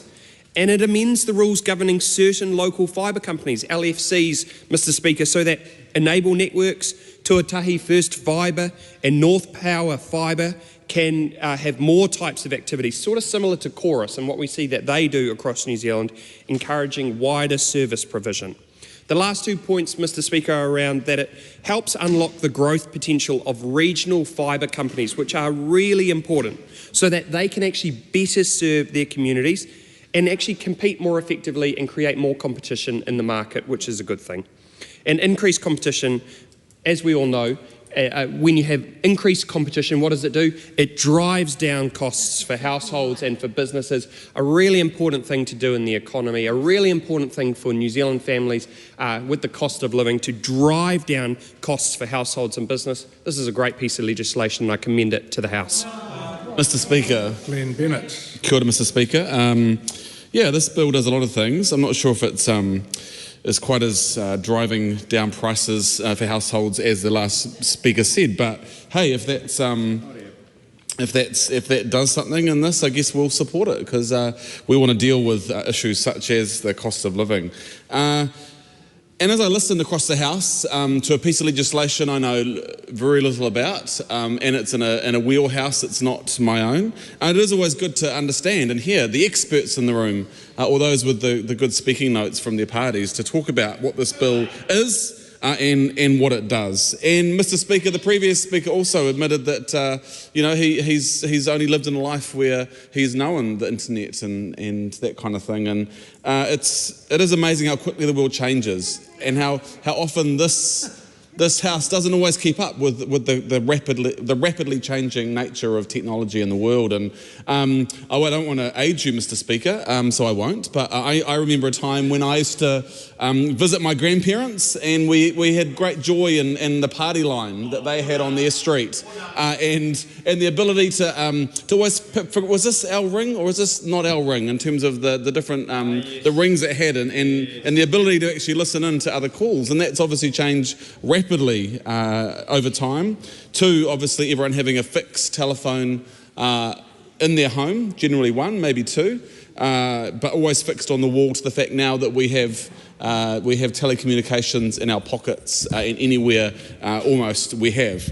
And I want to raise just a couple of reflections on this bill and the fact that, I guess, the autonomy of Aotearoa New Zealand, and how we make sure that we're getting it right. And I was reflecting that in Taranaki we have a fibre provider called Primo Wireless, and interestingly, Mr. Speaker, about 4 months ago, the Australian Navy came through, and through using their Australian Navy technology and radar, accidentally knocked out the whole of our telecommunications. It was for Primo Wireless in Taranaki. Complete mistake. It wasn't intentional, but it definitely was. It was a challenge. And yep, there are challenges with the spectrum space. But the reason I say that is because we have obviously international players like Starlink and others that are in the game. But if we can get our telecommunications, our connectivity right, Mr. Speaker, then I think it's good for New Zealand and for New Zealand Inc. that we're protecting our own brand and who we are. As I look through this legislation, I see that it mandates telecommunications industry disputes resolutions, which will mean that, yes, consumers are better served. But then I was interested, as I flicked through, where of it? I've just lost it now, but it was somewhere here. It was very interesting. The part of the bill, the program, is the regulatory reform to ensure that the regulatory environment the telecommunications sector operates is fit for purpose and consistent with changes that have occurred in the industry. And I was surprised by this part, that the reality that is right now, Mr. Speaker, is that membership of an industry dispute resolution scheme is voluntary. And you think that telecommunications is such a key part of our everyday life. The fact that it's currently voluntary it did actually stagger me. So the fact that this legislation will ensure that the Commerce Commission is able to establish and ensure that the rights are protected of consumers, that is a good thing. And finally, Mr. Speaker, it is good to see, as was said, that it is often about the smaller players. The fact that there is scope and there is space in this legislation for those smaller players, and to stay in line with Commerce Commission rules and regulations. But the fact that they'll have exemptions within this, and I think that is good, because there are small community groups that are engaged, and we need to support that. Finally, Mr. Speaker, we support this bill because it is simple and practical. We, as my colleague Aotearoa Williams has said, look forward to taking it to Select Committee because that is a space where we take something which we agree with, but then we ensure that it is properly pulled apart, critiqued, challenged. We have engagement from industry, from members of the public, and it's put back together and comes back into this House fit for purpose for the coming years. Dan Bidwell. Well, that was a long 5 minutes, wasn't it, yes, members? Look, there's a lot to be proud about, Mr. Speaker, about our telecommunications sector. We have one of the highest rates of connectivity in the developed world, thanks to the previous national government's rollout of fibre. Stephen Joyce. I also want to mention the Honourable Amy Adams, who also led that effort. We also have a lot to be proud about competition, retail competition. We've got lots of players in the retail competition market, and that is, I think, thanks to one of the former Labour governments who really broke up the sector and encouraged greater competition. And there's also a lot of innovation, satellites, data centres, AI, there's lots going on. So I think there's lots to be proud about. This bill is about making some cosmetic changes to improve the regulations. Rima is going to tug my arm very shortly because, Mr. Speaker, I think this is a good bill and I commend it to the House. Thank you. The question is the motion be agreed to. Those of that opinion will say aye. The contrary, no. The ayes have it. Telecommunications Amendment Bill, first reading. The question is the Telecommunications Amendment Bill be considered by the Economic Development, Science and Innovation Committee. Those of that opinion will say aye. The contrary, no. The ayes have it. Members, we come now to debate on local issues arranged by the Business Committee under Standing Order 80. Would some honourable member care to move that the House take note of local issues?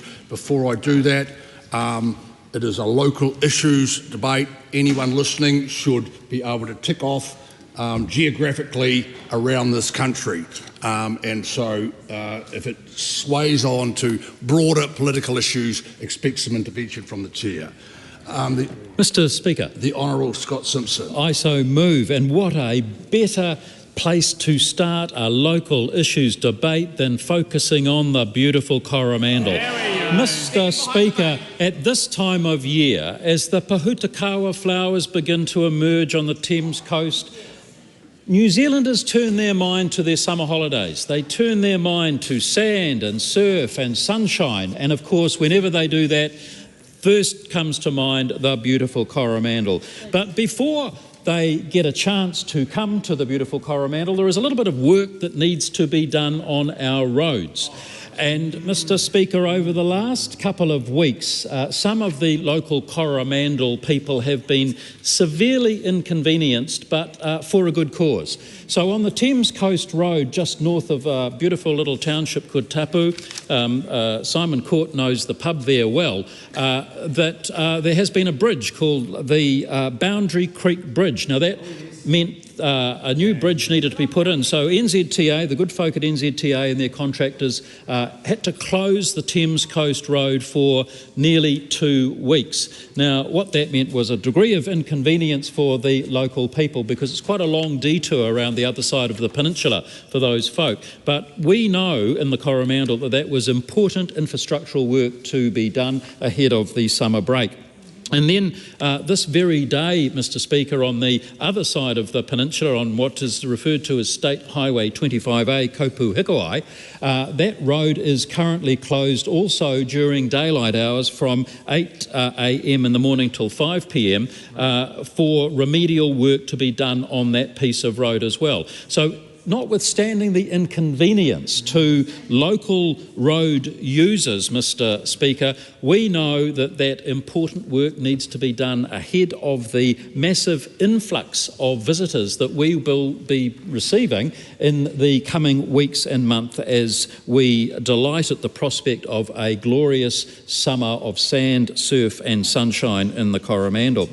But Mr. Speaker, another piece of important infrastructure has been returned to the Coromandel, and that is a piece of infrastructure that involves a ferry service from downtown Auckland into Coromandel Harbour.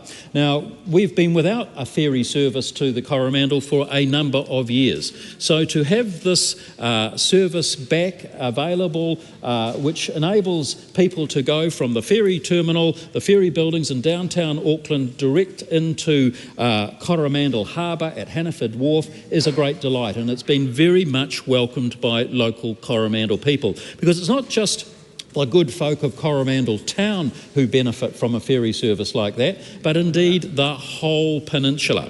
And so, Mr. Speaker, they have an opportunity to come and visit all the delights of the Coromandel Peninsula.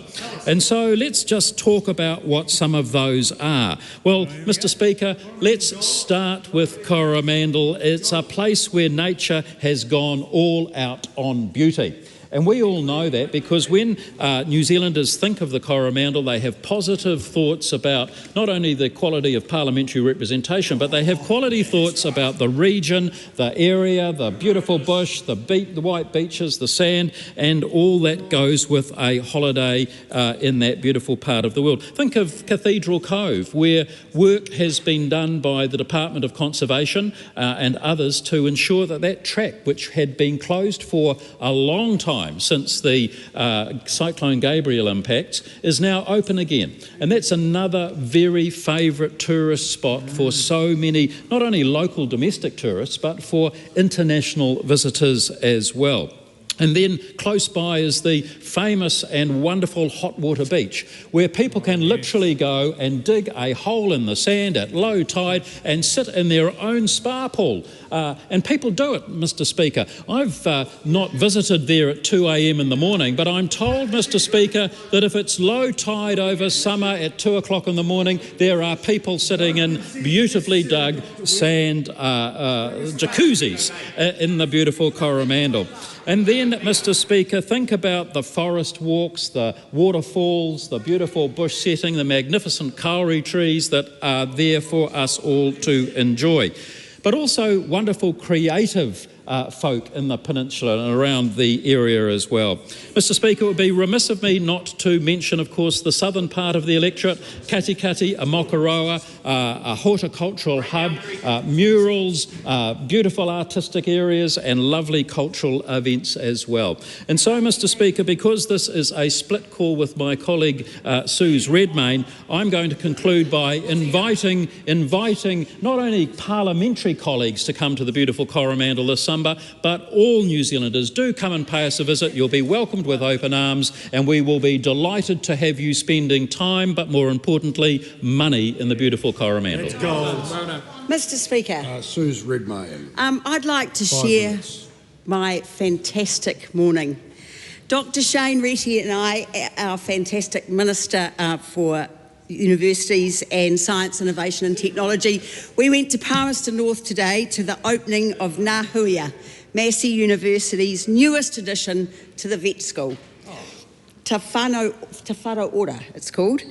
We got a wonderful welcome from Rangatani and also an outstanding waiata, a series of waiata from the students at Manakura School. It was a great start to the day.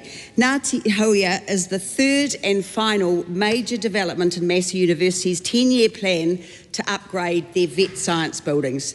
They've come a long way since 1963, Mr. Speaker, when the inaugural class of 32 students began their studies in an old building and World War II army mess huts.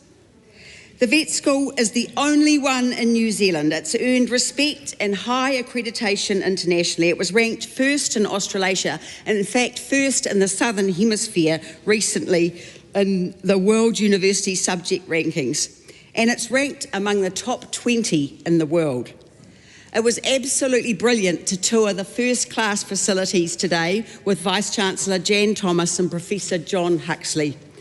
All of the 120 students a year in the group will reap the benefits of these new facilities. Simply outstanding. Laboratories, specialist equipment, it's glass, stainless steel, shiny and new machinery, even an array of life-size animal simulators to test and train our future vets.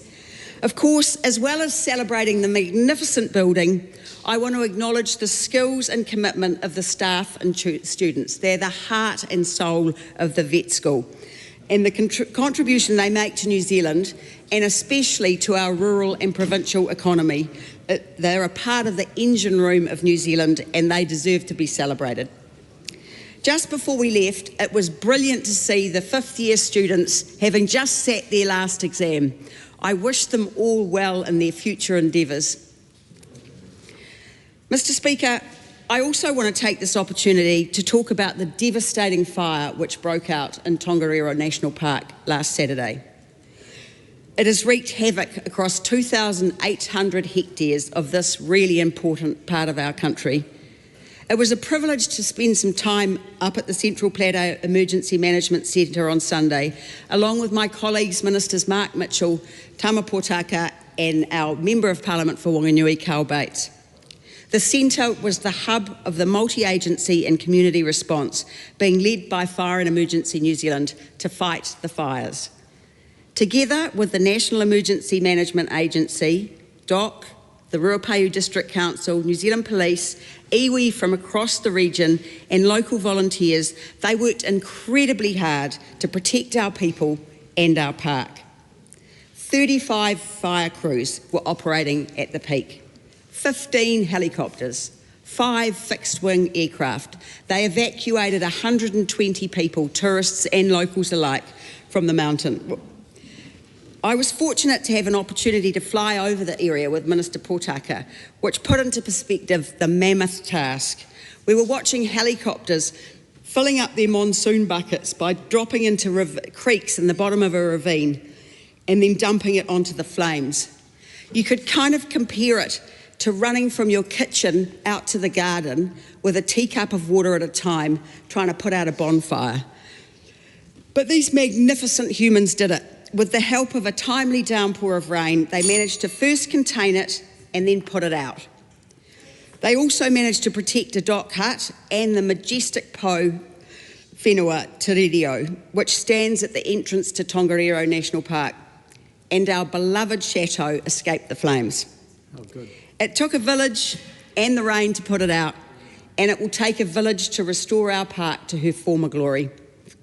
Of course, as well as the devastating impact on the physical landscape, there's also a significant economic impact to consider as well.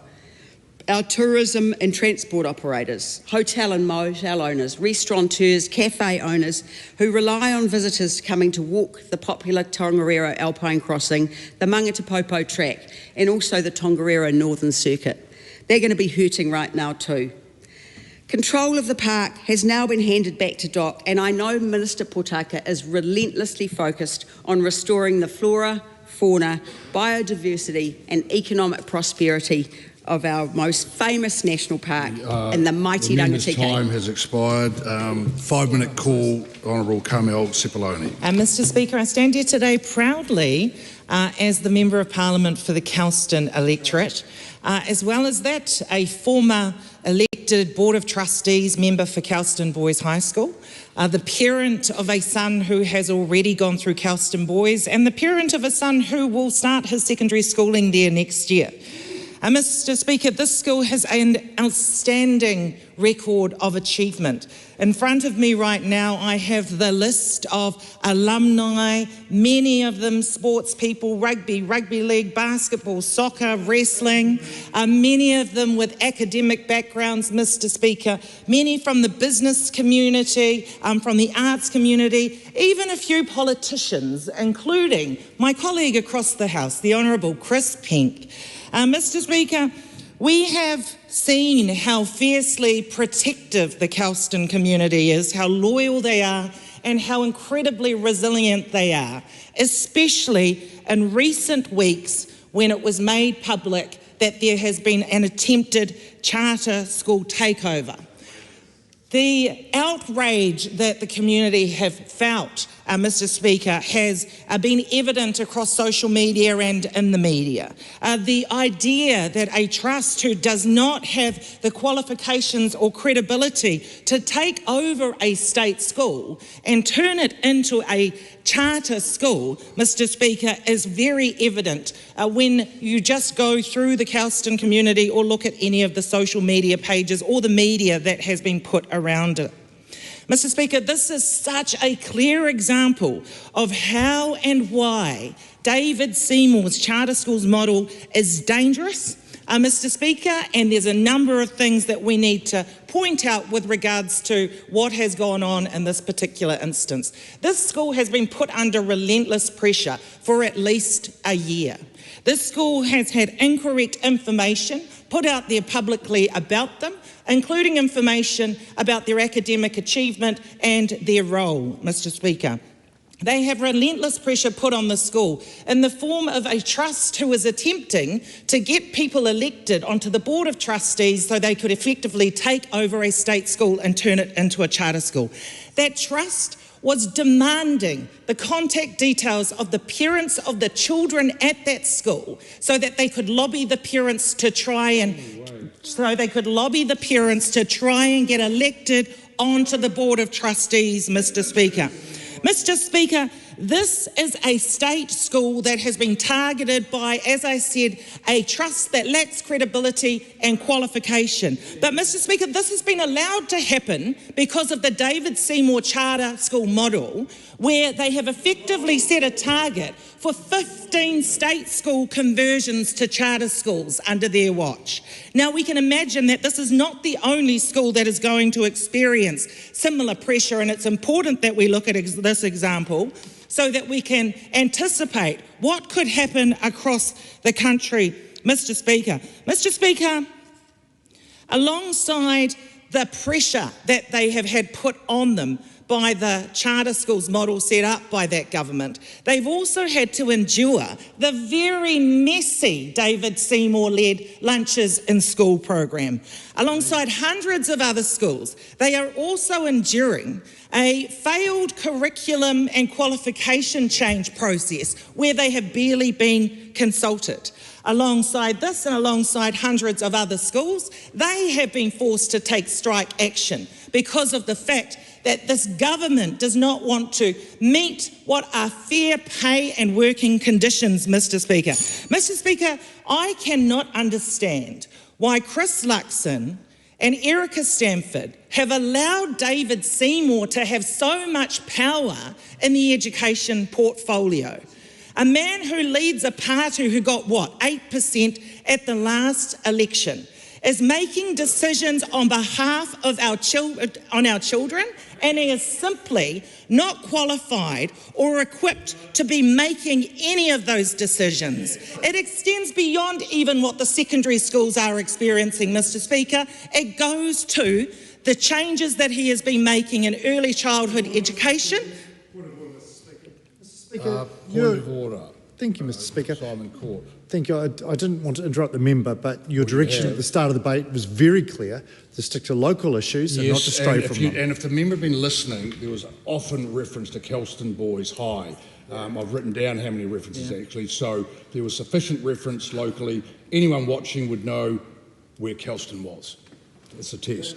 Carry on. Mr. Speaker, this Kelston community is hell-bent on ensuring that this charter school conversion does not go ahead. And believe you me, you do not want to test the Kelston community. Let me just add, Mr. Speaker, that it's not just the community, it is the teachers, it is the Board of Trustees, it is the students that are coming out strongly, and this should simply not go ahead. The Honourable Phil Twyford. Thank you, Mr. Speaker.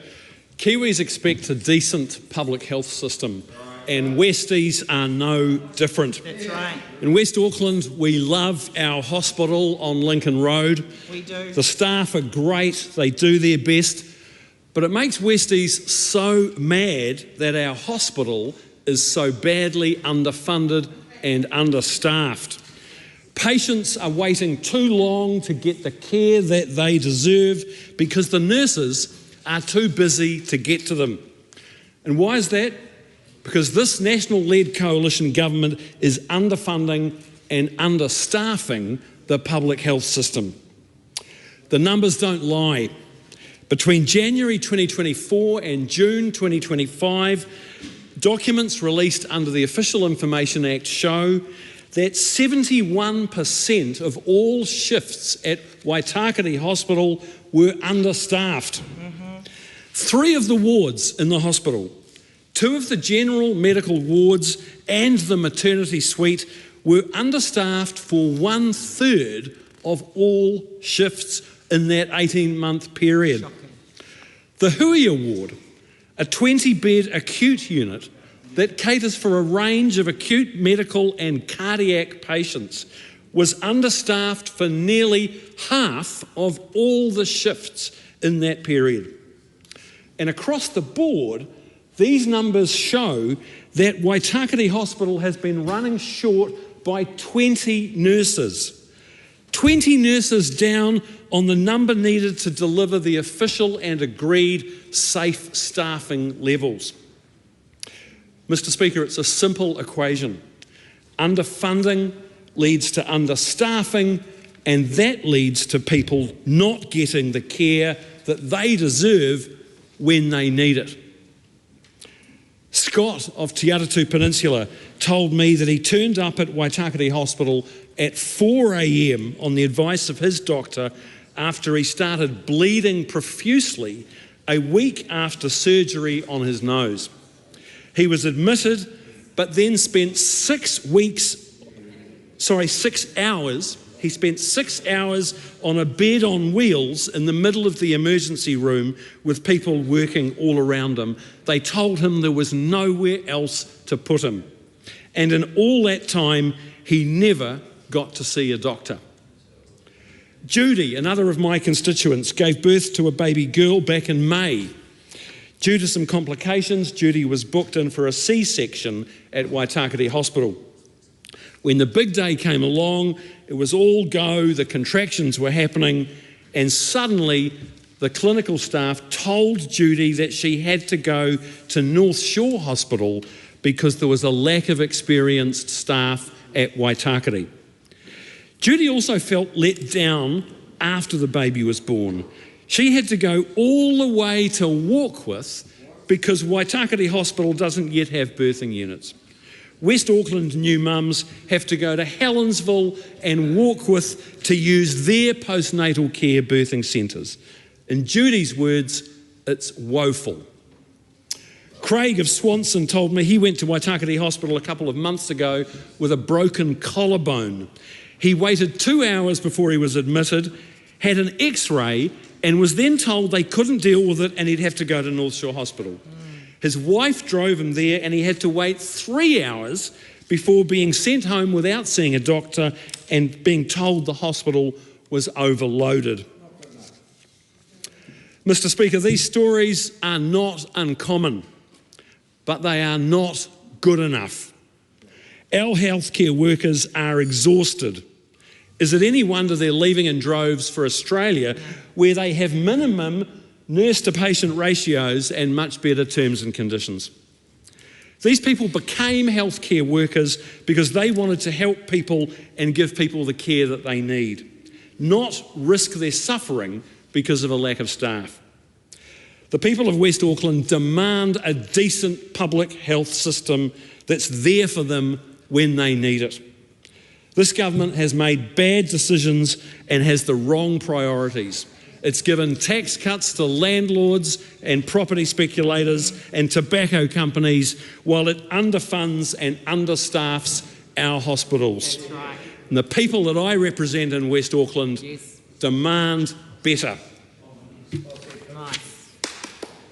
The Honourable Julianne Genter. Tēnā koe, Mr. Speaker. There will be no surprise that I rise to speak about our beautiful city, Te Whanganui-a-Tara, but particularly the wonderful part of it that is known as the Rongotai electorate, the electorate where I was elected as the MP at the last election.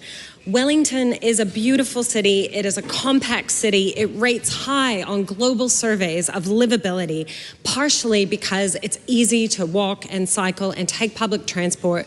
That's why it has one of the lowest car ownership rates in the entire country. And that means Wellingtonians can have a better quality of life because they aren't sitting in traffic as long and they aren't spending as much money, thousands of dollars a year, on owning a car.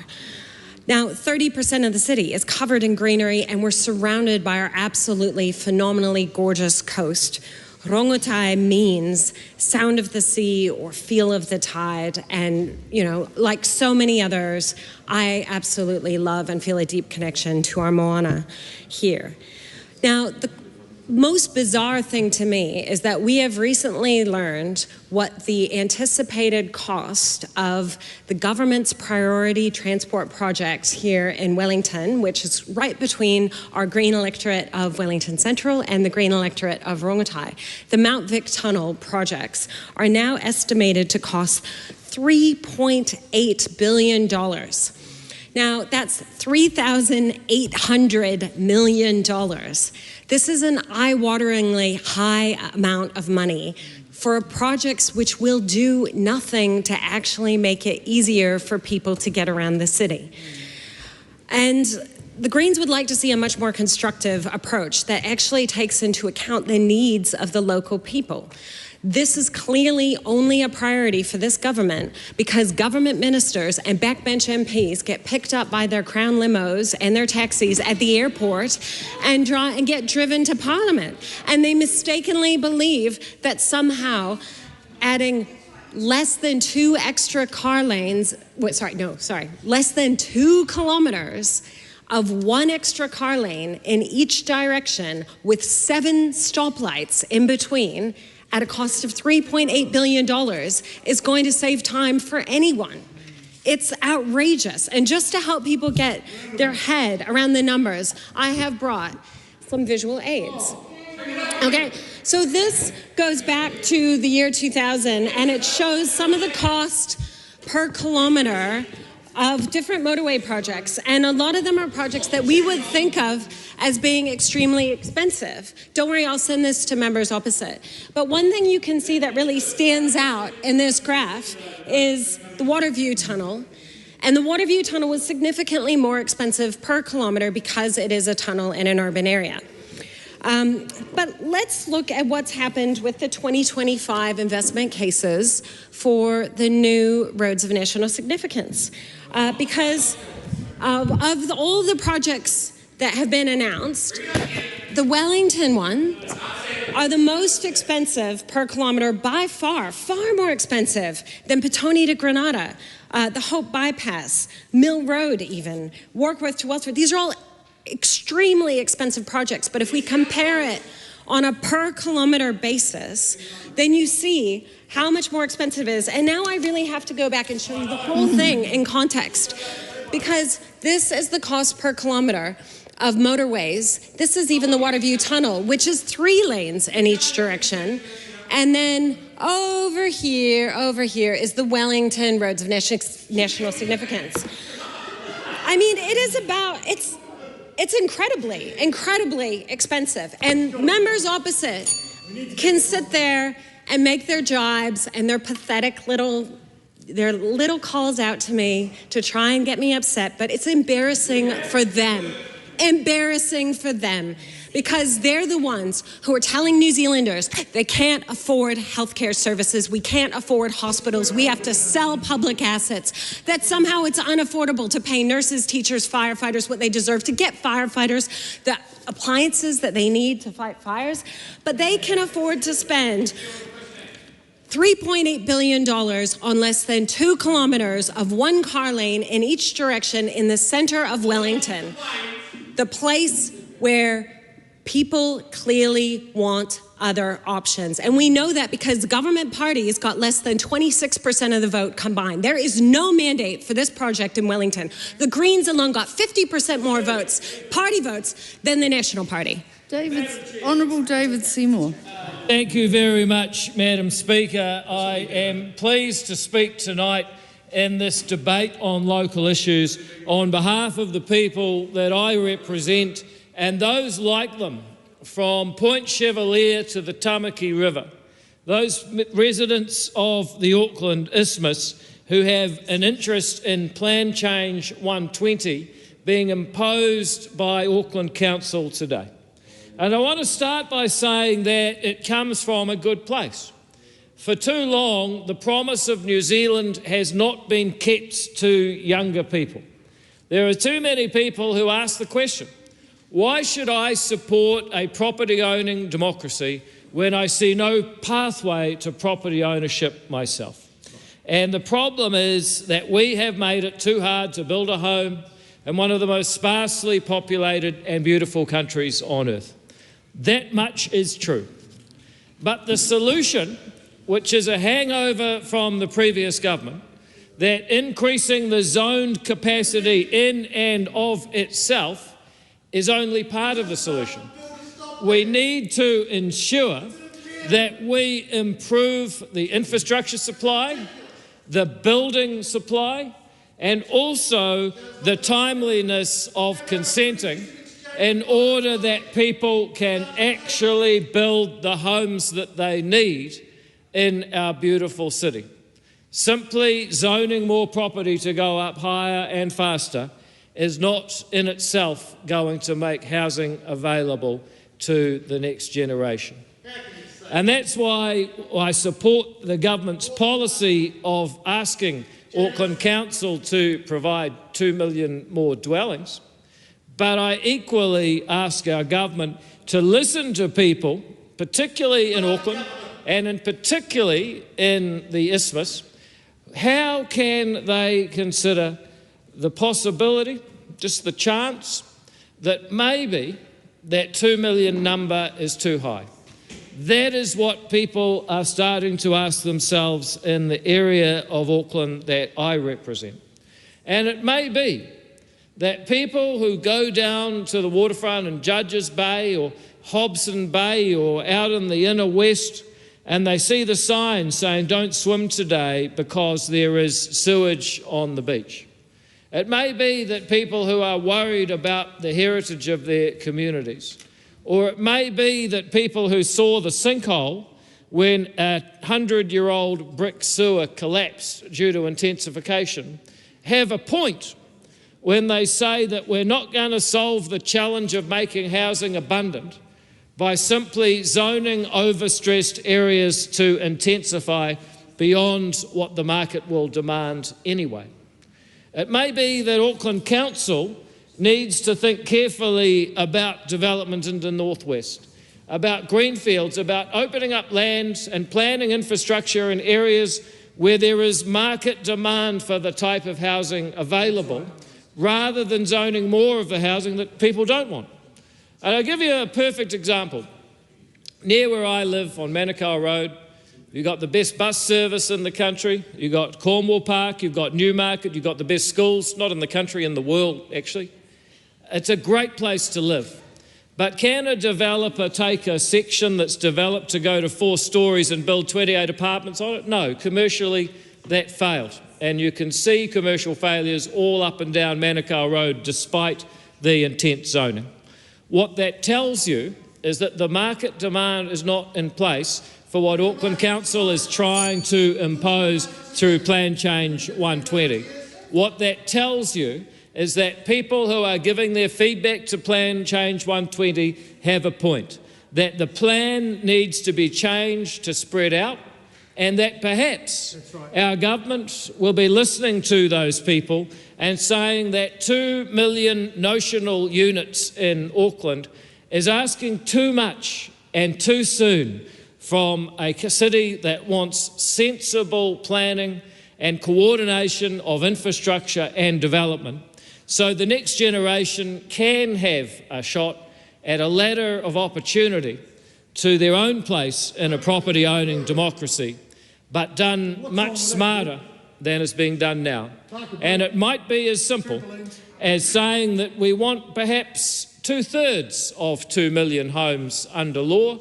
If we were to make a law like that, I think people that I represent would be much, much happier. Thank you, Madam Speaker. Andy Foster. Madam Speaker, thank you. As a List MP, my constituency I see as being from Cape Reinga to somewhere south of Stewart Island, and I get the privilege of meeting fairly local. It's very local, but meeting lots of wonderful people all over our beautiful country, and often it's wonderful to be able to help out some of those at a community or organisational level.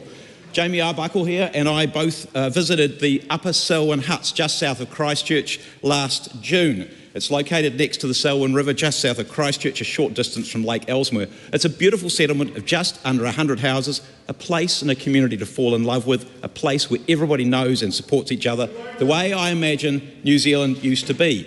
It's sited on a Crown Reserve and managed as a local purpose reserve by the Selwyn District Council as a hut settlement. But the whole settlement at that stage was under threat of eviction by their own council.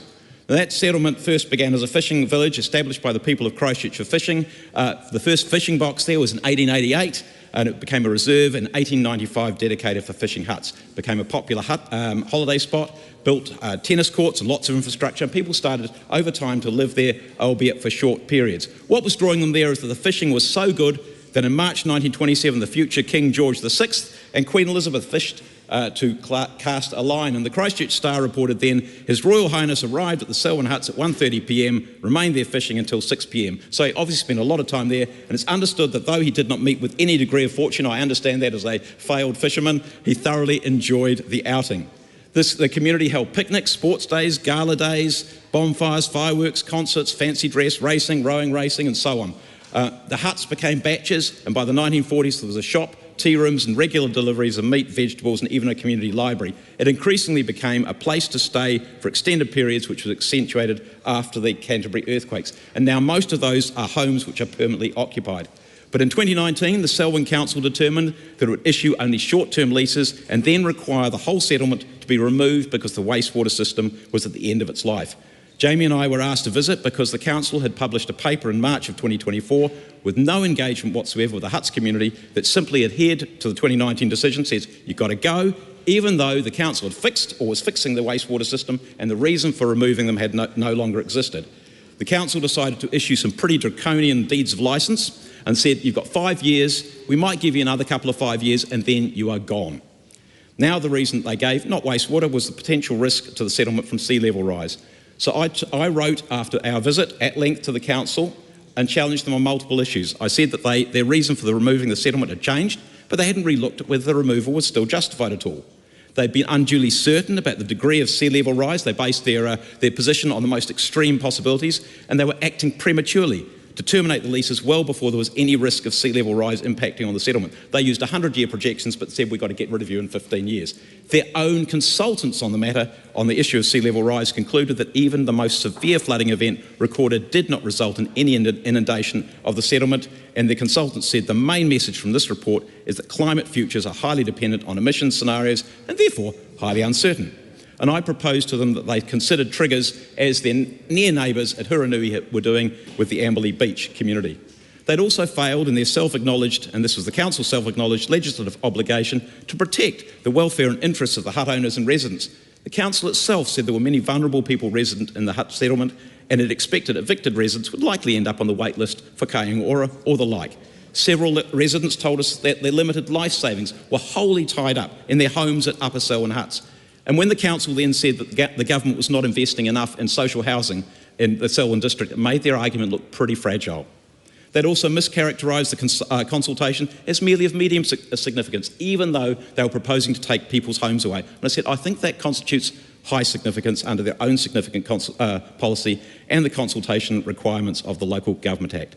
And their officers also misrepresented the Reserves Act maximum lease term in the council paper, and they failed to tell the councillors about the ability to renew the leases. Long story short, Madam Speaker, the council acknowledged that it had got its processes badly wrong. They paused their processes the following month, agreed to engage with the Upper Selwyn Huts community, engaged an independent consultant, and there was ongoing consultation for the next wee while. And eventually that consultation concluded with a full day of oral hearings in August this year, which I joined by Zoom. Would have loved to be there, but I had to be in hospital that day. And by that stage, the council's reason for eviction had again completely changed. It was now fire safety. The residents told story after story about their connection to the place, and the councillors would have had a house of stone not to be moved. I had the privilege of summing up, and the council moved 180 degrees. That community is now there, and it has the right to stay there. And we had the pleasure, Madam Speaker, we had the pleasure of joining for a 130 years celebration, knowing they will still be there for 130 years to go. Dr. Hamish Campbell. Thank you, Madam Speaker. It's really appropriate that I rise to speak in this local debate on the eve of Canterbury Anniversary Day, a day when we celebrate 175 years of everything Canterbury, everything red and black. Make sure you don't forget the black because we won't be seen dead in red.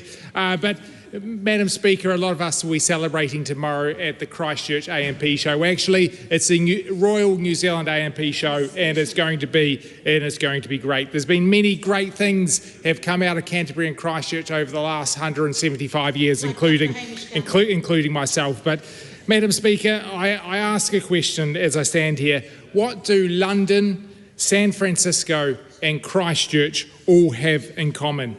Well, Madam Speaker, I will tell you, they're all cities that have faced devastation, not only to survive, but to have come back stronger, bolder and ready to thrive in the future. Christchurch, of course, has answered what sort of place do we want to become by saying that we want to be a place with vision and with courage. We've we have redefined ourselves as a city where traditional meets transformational. We have historical landmarks, and some of these do continue to provide discussion, whether it be the Canterbury Museum or our cathedral. But there's other great buildings like the stadium, the Te Pai, the Court Theatre, the Youth Hub, which all offer bold responses and fresh opportunities. Tourism is thriving in Christchurch. Christchurch Airport is preparing for its busiest ever summer season, with international capacity climbing 15% above last year and surpassing pre-COVID levels. I do want to acknowledge our outstanding Minister of Tourism for her tireless work to enhance tourism across the country. And just this morning, she welcomed official statistics showing continued growth in overseas visitor numbers. And of course, we've had the Tourism Boost package developed in partnership with industry. We've had the 7 million events and tourism investment package, and this is all leading to great outcomes for Christchurch. But it's not just tourists that are choosing Christchurch City. Our city now has the highest rate of domestic migration in the country, a clear sign that New Zealanders are choosing to work, to study and to live in Christchurch. And this influx of talent and energy is strengthening our workforce and fuelling innovation. Of course, Christchurch is also the city of choice for students. Enrolment at the University of Canterbury, which sits right in the middle of my electorate of Ireland, has surged to about 25,000 students this year, an all-time high for the third year running, and 12% increase on 2024. And of course, further growth is expected next year. And a quick shout out to the students, Madam Speaker. They're starting their summer break, having finished their exams. Ireland will be a little bit quieter without them, I won't deny, but we are looking forward to having them back next year. Also want to acknowledge one of those students, Lachlan Roundtree, who has helped in my Ireland office very capably, and I wish him well for his future endeavours. And Madam Speaker, it's not just our university students that we're sending off. We also sent Kevin the giraffe from Arana Park up to the Hamilton Zoo. I understand transporting a giraffe is no small feat. There's a lot Ryan Hamilton will be very happy. Yep. And unfortunately, it's not going to be to a breeding program. All the giraffes in the Hamilton Zoo are males, but maybe future breeding programs will benefit. Not many electorates can claim to have an international airport, a world-leading university and giraffes and other wildlife, but I digress. Christchurch is leading the way. A recent Business Canterbury report shows that 64% of businesses expect the economy to strengthen over the next year. The majority of businesses plan to hire more staff. The majority of businesses intend to invest in plant or equipment, and 79% are confident in their ability to manage disruption. Innovation is another major driving force in Christchurch, and I want to acknowledge the opinion piece in the press yesterday by Nathan Beaumont talking about Christchurch, and he said across the region businesses are doing extraordinary things. They're the engine of the South Island, creating jobs, developing world-leading technology and strengthening New Zealand's reputation overseas. Of course, the university has long been a source of world-class ideas, and now our Minister of Science and Innovation has just unleashed a new intellectual property policy which will empower researchers to even take that even further.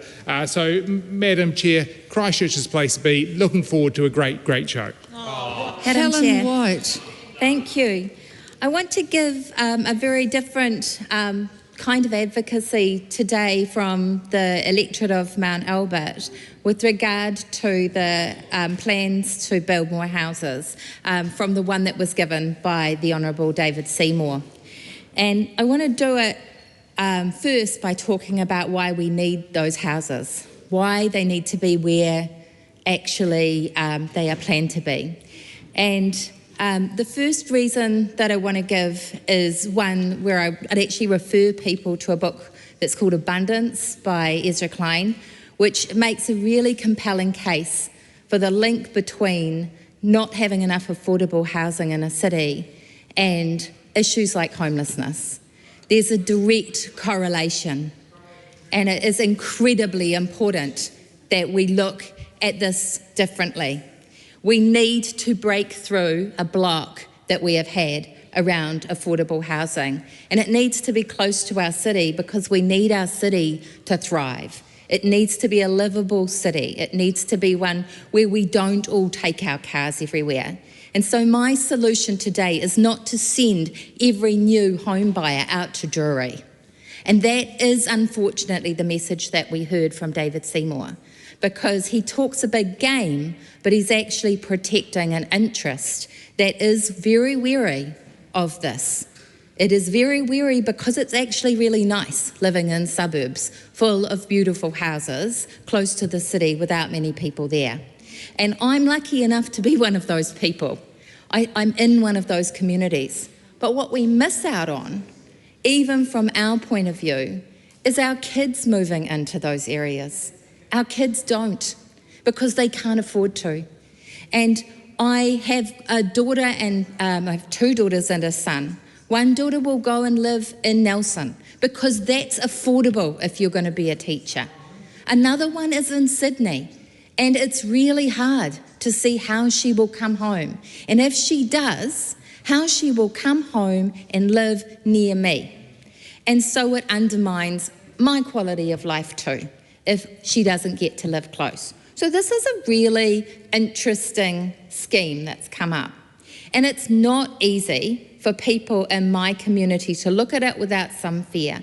And there's good reasons to have some fears and to participate in the submission process that's coming up to make sure that we get it right. Because while it has been a long time, it is now a bit of a rush. And the risk of that is that we actually don't get it right. We don't engage in the process. We rush the plans. We make mistakes. And this is an area that has been subject to issues like stormwater issues. There was a big issue in the floods. So it's important that the building's quality, that we engage our creative powers, that the people in those suburbs really get stuck in and improve those plans. But it is also important we don't chuck out the baby with the bathwater, because this is a powerful step in creating an inclusive community if we get it right. And there are some beautiful examples. We've got a subway that's going to come right into the area. It's going to be 8 minutes till town. It's going to be amazing to have a fast train that is 8 minutes to town, and it's going to make a big difference to how that suburb thrives. And it's going to be really important that there are advocates in there fighting for the government to spend money, to actually make sure that things like the rail happens fast, that there's grade separation, it's called, where the traffic can still flow and that the public can still use those places. That's really important. And what was really a little bit shocking about the Honourable David Seymour's speech was it was like he was distancing himself from this process, when this is the government's policy. This is actually a government policy, and he is actually in the government. He's the Deputy Prime Minister. So it's actually not something that he can distance himself from, or the Act should be distancing himself from. That is not appropriate. So it's really important that we fight for what we need in our suburbs and make sure that we get it right. But it's also important we remember all the generations that live in those suburbs and make sure that they end up being quality communities. I intend to do that. I've got a public meeting on this issue very shortly. I think it's in 2 weeks. It would be great to see people there. We will make sure people are well served and they can go do a good submission. Thank you. Tim Costley. Hello, Madam Speaker. I've really enjoyed hearing about Coromandel and Rangitikei and Christchurch. Some nice positive local speeches about the great places we come from around this country, and I intend to talk about the great places I come from, like Horowhenua and Kapere. I can't help but notice the contrast on the other side of the house, just the miserable approach that we've heard to what is actually a fun and positive local debate. And I really wish all people would enter into it with the same spirit. And it's not too late, there's one speech left. Oh, the lady doth protest too much right now while she's cancelling tunnels and roads, just like the one that got cancelled in Levin.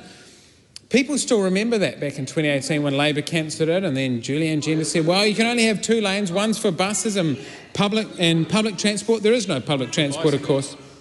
But people are driving on those roads now, up Transmission Gully, through Kapiti Coast. They'll be driving to spend their summer. I know some people are arguing for it, Coromandel, but I would say on the Kapiti Coast and in Horowhenua. And what a place to come to spend your summer. The strawberries are already out. The beaches are heating up. It is, I would argue, the best place to spend your summer in New Zealand. And not just, when I talk about places like strawberries, they are award-winning. I think of Lewis Farms that took out a Wellington Gold Award this year with their strawberries. Shirley Strawberries, also great. Wouldn't be picking favourites. You could go and spend a night on Kapiti Island with the guys at Kapiti Nature Tours. They just won one of our local business awards. You could check out our amazing food and beverage sector. Something I'm really proud of, I think, is fantastic. As you drive from Foxton Fizz down to Whittaker's Chocolate and everywhere in between.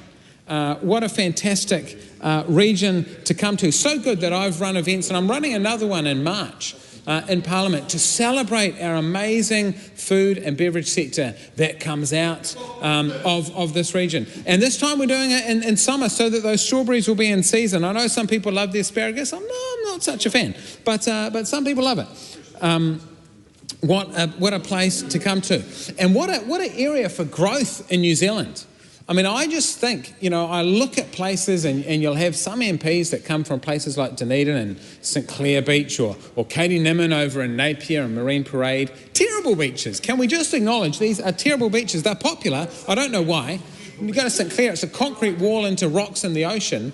And yet people want to flock there. Come to Paraparaumu, where it's a nice open beach. It's safe. It's safe. You could go to Raumati. Every now and then there's a few people in the region we're not so keen on, but it's a great place to come. Check out the new Surf Life Club at Waisariri. I was referring to Chris Hipkins. Check out the new Surf Life Club at or Paikakariki just to open it. And Matt and Karen have done an absolutely stunning job fundraising and running that project. And Homestead Construction from Levin, who have built it, it is something we should be proud of. It's exactly the kind of thing we need. And there are some big ideas for growth. I've heard ideas of a gondola on the hills overlooking the sea, a marina, big things. And why shouldn't we have them in our region in Kapiti? Because it is a fantastic place. It is, I would argue, the only place in New Zealand you can have the authentic mountain to sea experience. You can be in the heart of the Tararua Ranges, and then an hour later you can be in the Tasman Sea. And what a great place to come and do that. And things to attract people in are what our region needs. It's great to see the growth that's already happening. In just a week, Rebounds will be opening. This is the new trampoline park and indoor play centre. I put up a little photo on Facebook. It went bananas. But the other thing opening is Golf for Good. And I want to just take a minute to shout out Golf for Good. This is the new mini golf course. And you say, oh yeah, we've got mini golf courses before. This one is pretty unique. This is a combined project of the local Lions and Rotary clubs. I think that sends a really special message when you see Lions and Rotary working together. And I do actually want to just make a special mention of Alistair Beasel, who has chaired this committee, of Vic Houston, Mel Bird and Anthony Clouston from the Rotary Club. They'll be starting their meeting in 10 minutes' time on a Thursday night. And from the Kapiti Combined Lions, I want to mention Rex Bullard, who's done a great job with sponsors, Tony Lester, Murray Pringle and Alan Gibbs. They have done a fantastic job. Not only that, they give these sponsors tickets, family passes to hand out. They donate them to, say, the local Scouts group, who then raffle them off or auction, hand them out. That generates money directly into these local clubs. But then everyone that comes to play on the mini golf course also raises money for the local community. This is exactly the kind of thing we do. When our community is at its best, our country is at its best, and what better community in this country than Horowhenua, than the Whitby area, and in particular I have to shout out for the Kapiti Coast. Cheer up. Speakers don't normally inject themselves into the debate, but if they did, you might hear about Raglan occasionally. I call Madam Speaker. Glenn Bennett, sorry.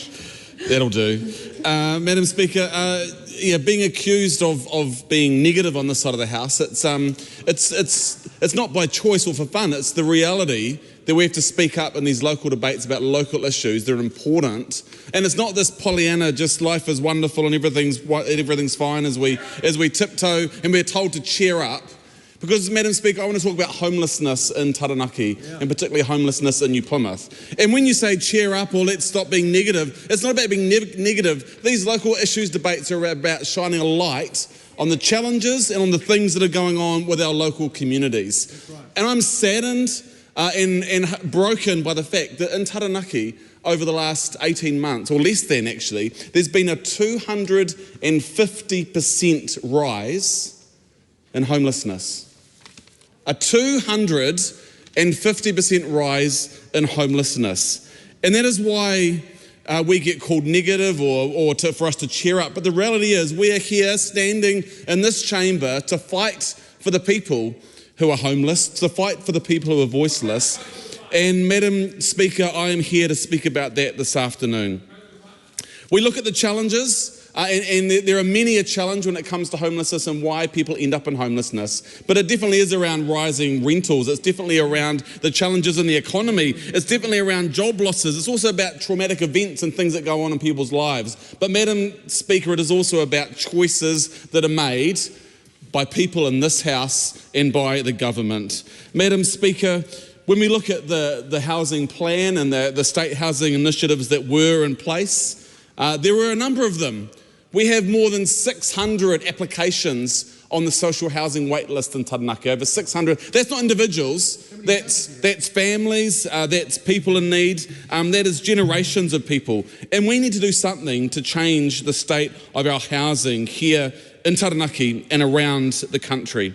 And I look at the initiatives that were in place and were underway. I look at the 44 units that were built between 2020 and 2023 in central New Plymouth. We often get told about the fact we don't have the right site because it's 1 and 2 bedrooms we need. Well, they were all 1 and 2 bedroom units, Madam Speaker. We also look at things like the purchase of property to build over 100 Kainga order houses in central New Plymouth as well. That was paused. That's just sitting there with nothing else going on. There was more than 100 other houses up in West New Plymouth and some of our in West Town and Glen Park Ave over in Vogeltown. And again, those projects have been paused and just sitting there, Madam Speaker, while people sit on the housing wait list, while people sleep in cars, sleep in doorways, sleep in the park, sleep down by the beach, in places where it's actually not acceptable because everyone should be able to get a decent night's sleep in a safe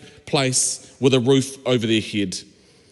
And I think it's an indictment on government, it's an indictment on this House that we as a nation are allowing people outside these doors, people in New Plymouth and Taranaki, to be on the streets. And then we look at things like, and I'm glad that the New Plymouth District Council has stepped up, they'll put some money in. Do they need to? No. Have they chosen to because they've seen the need? Yes. Then I look at the challenges of our men's night shelter that was established in 1981, I think it was, closing its doors this year because of lack of funding. And they were providing housing to our most vulnerable. But I do want to congratulate the New Plymouth District Council for stepping up and stepping in and looking at a Taranaki homelessness action plan, supporting the Ngamutu homelessness street initiative to support and help those in need. And Madam Speaker, I need to finish by thanking those who are stepping up and stepping in where government is failing. I think of the Roderick Hope Trust and what they do around housing people. I think of our iwi providers, I think of church groups, I think of the YMCA who are stepping into the spaces that we have failed, that we as government have failed. Because as I said at the start, there's been a 250% rise in homelessness in Taranaki, and that is an outrage, and that is on us, and we must do something about it. And yeah, laugh as you want, sort of think that we're just being negative, but we're here to stand up for people in need. We're here to stand up for people and say that everyone deserves a dry, warm, safe place to call home that they can share their lives, their loves, and their futures with. The time for this debate has expired. Just before we adjourn the House, I would just like to make mention of Roland, whose mother passed away this week. So we're all thinking of Roland today, and I'd also like to thank Kelly and everyone in the team that has pulled together and helped us do our job as well as we've been able to do. So thank you. The House stands adjourned until 2 p.m. on Tuesday, 18th of November 2025.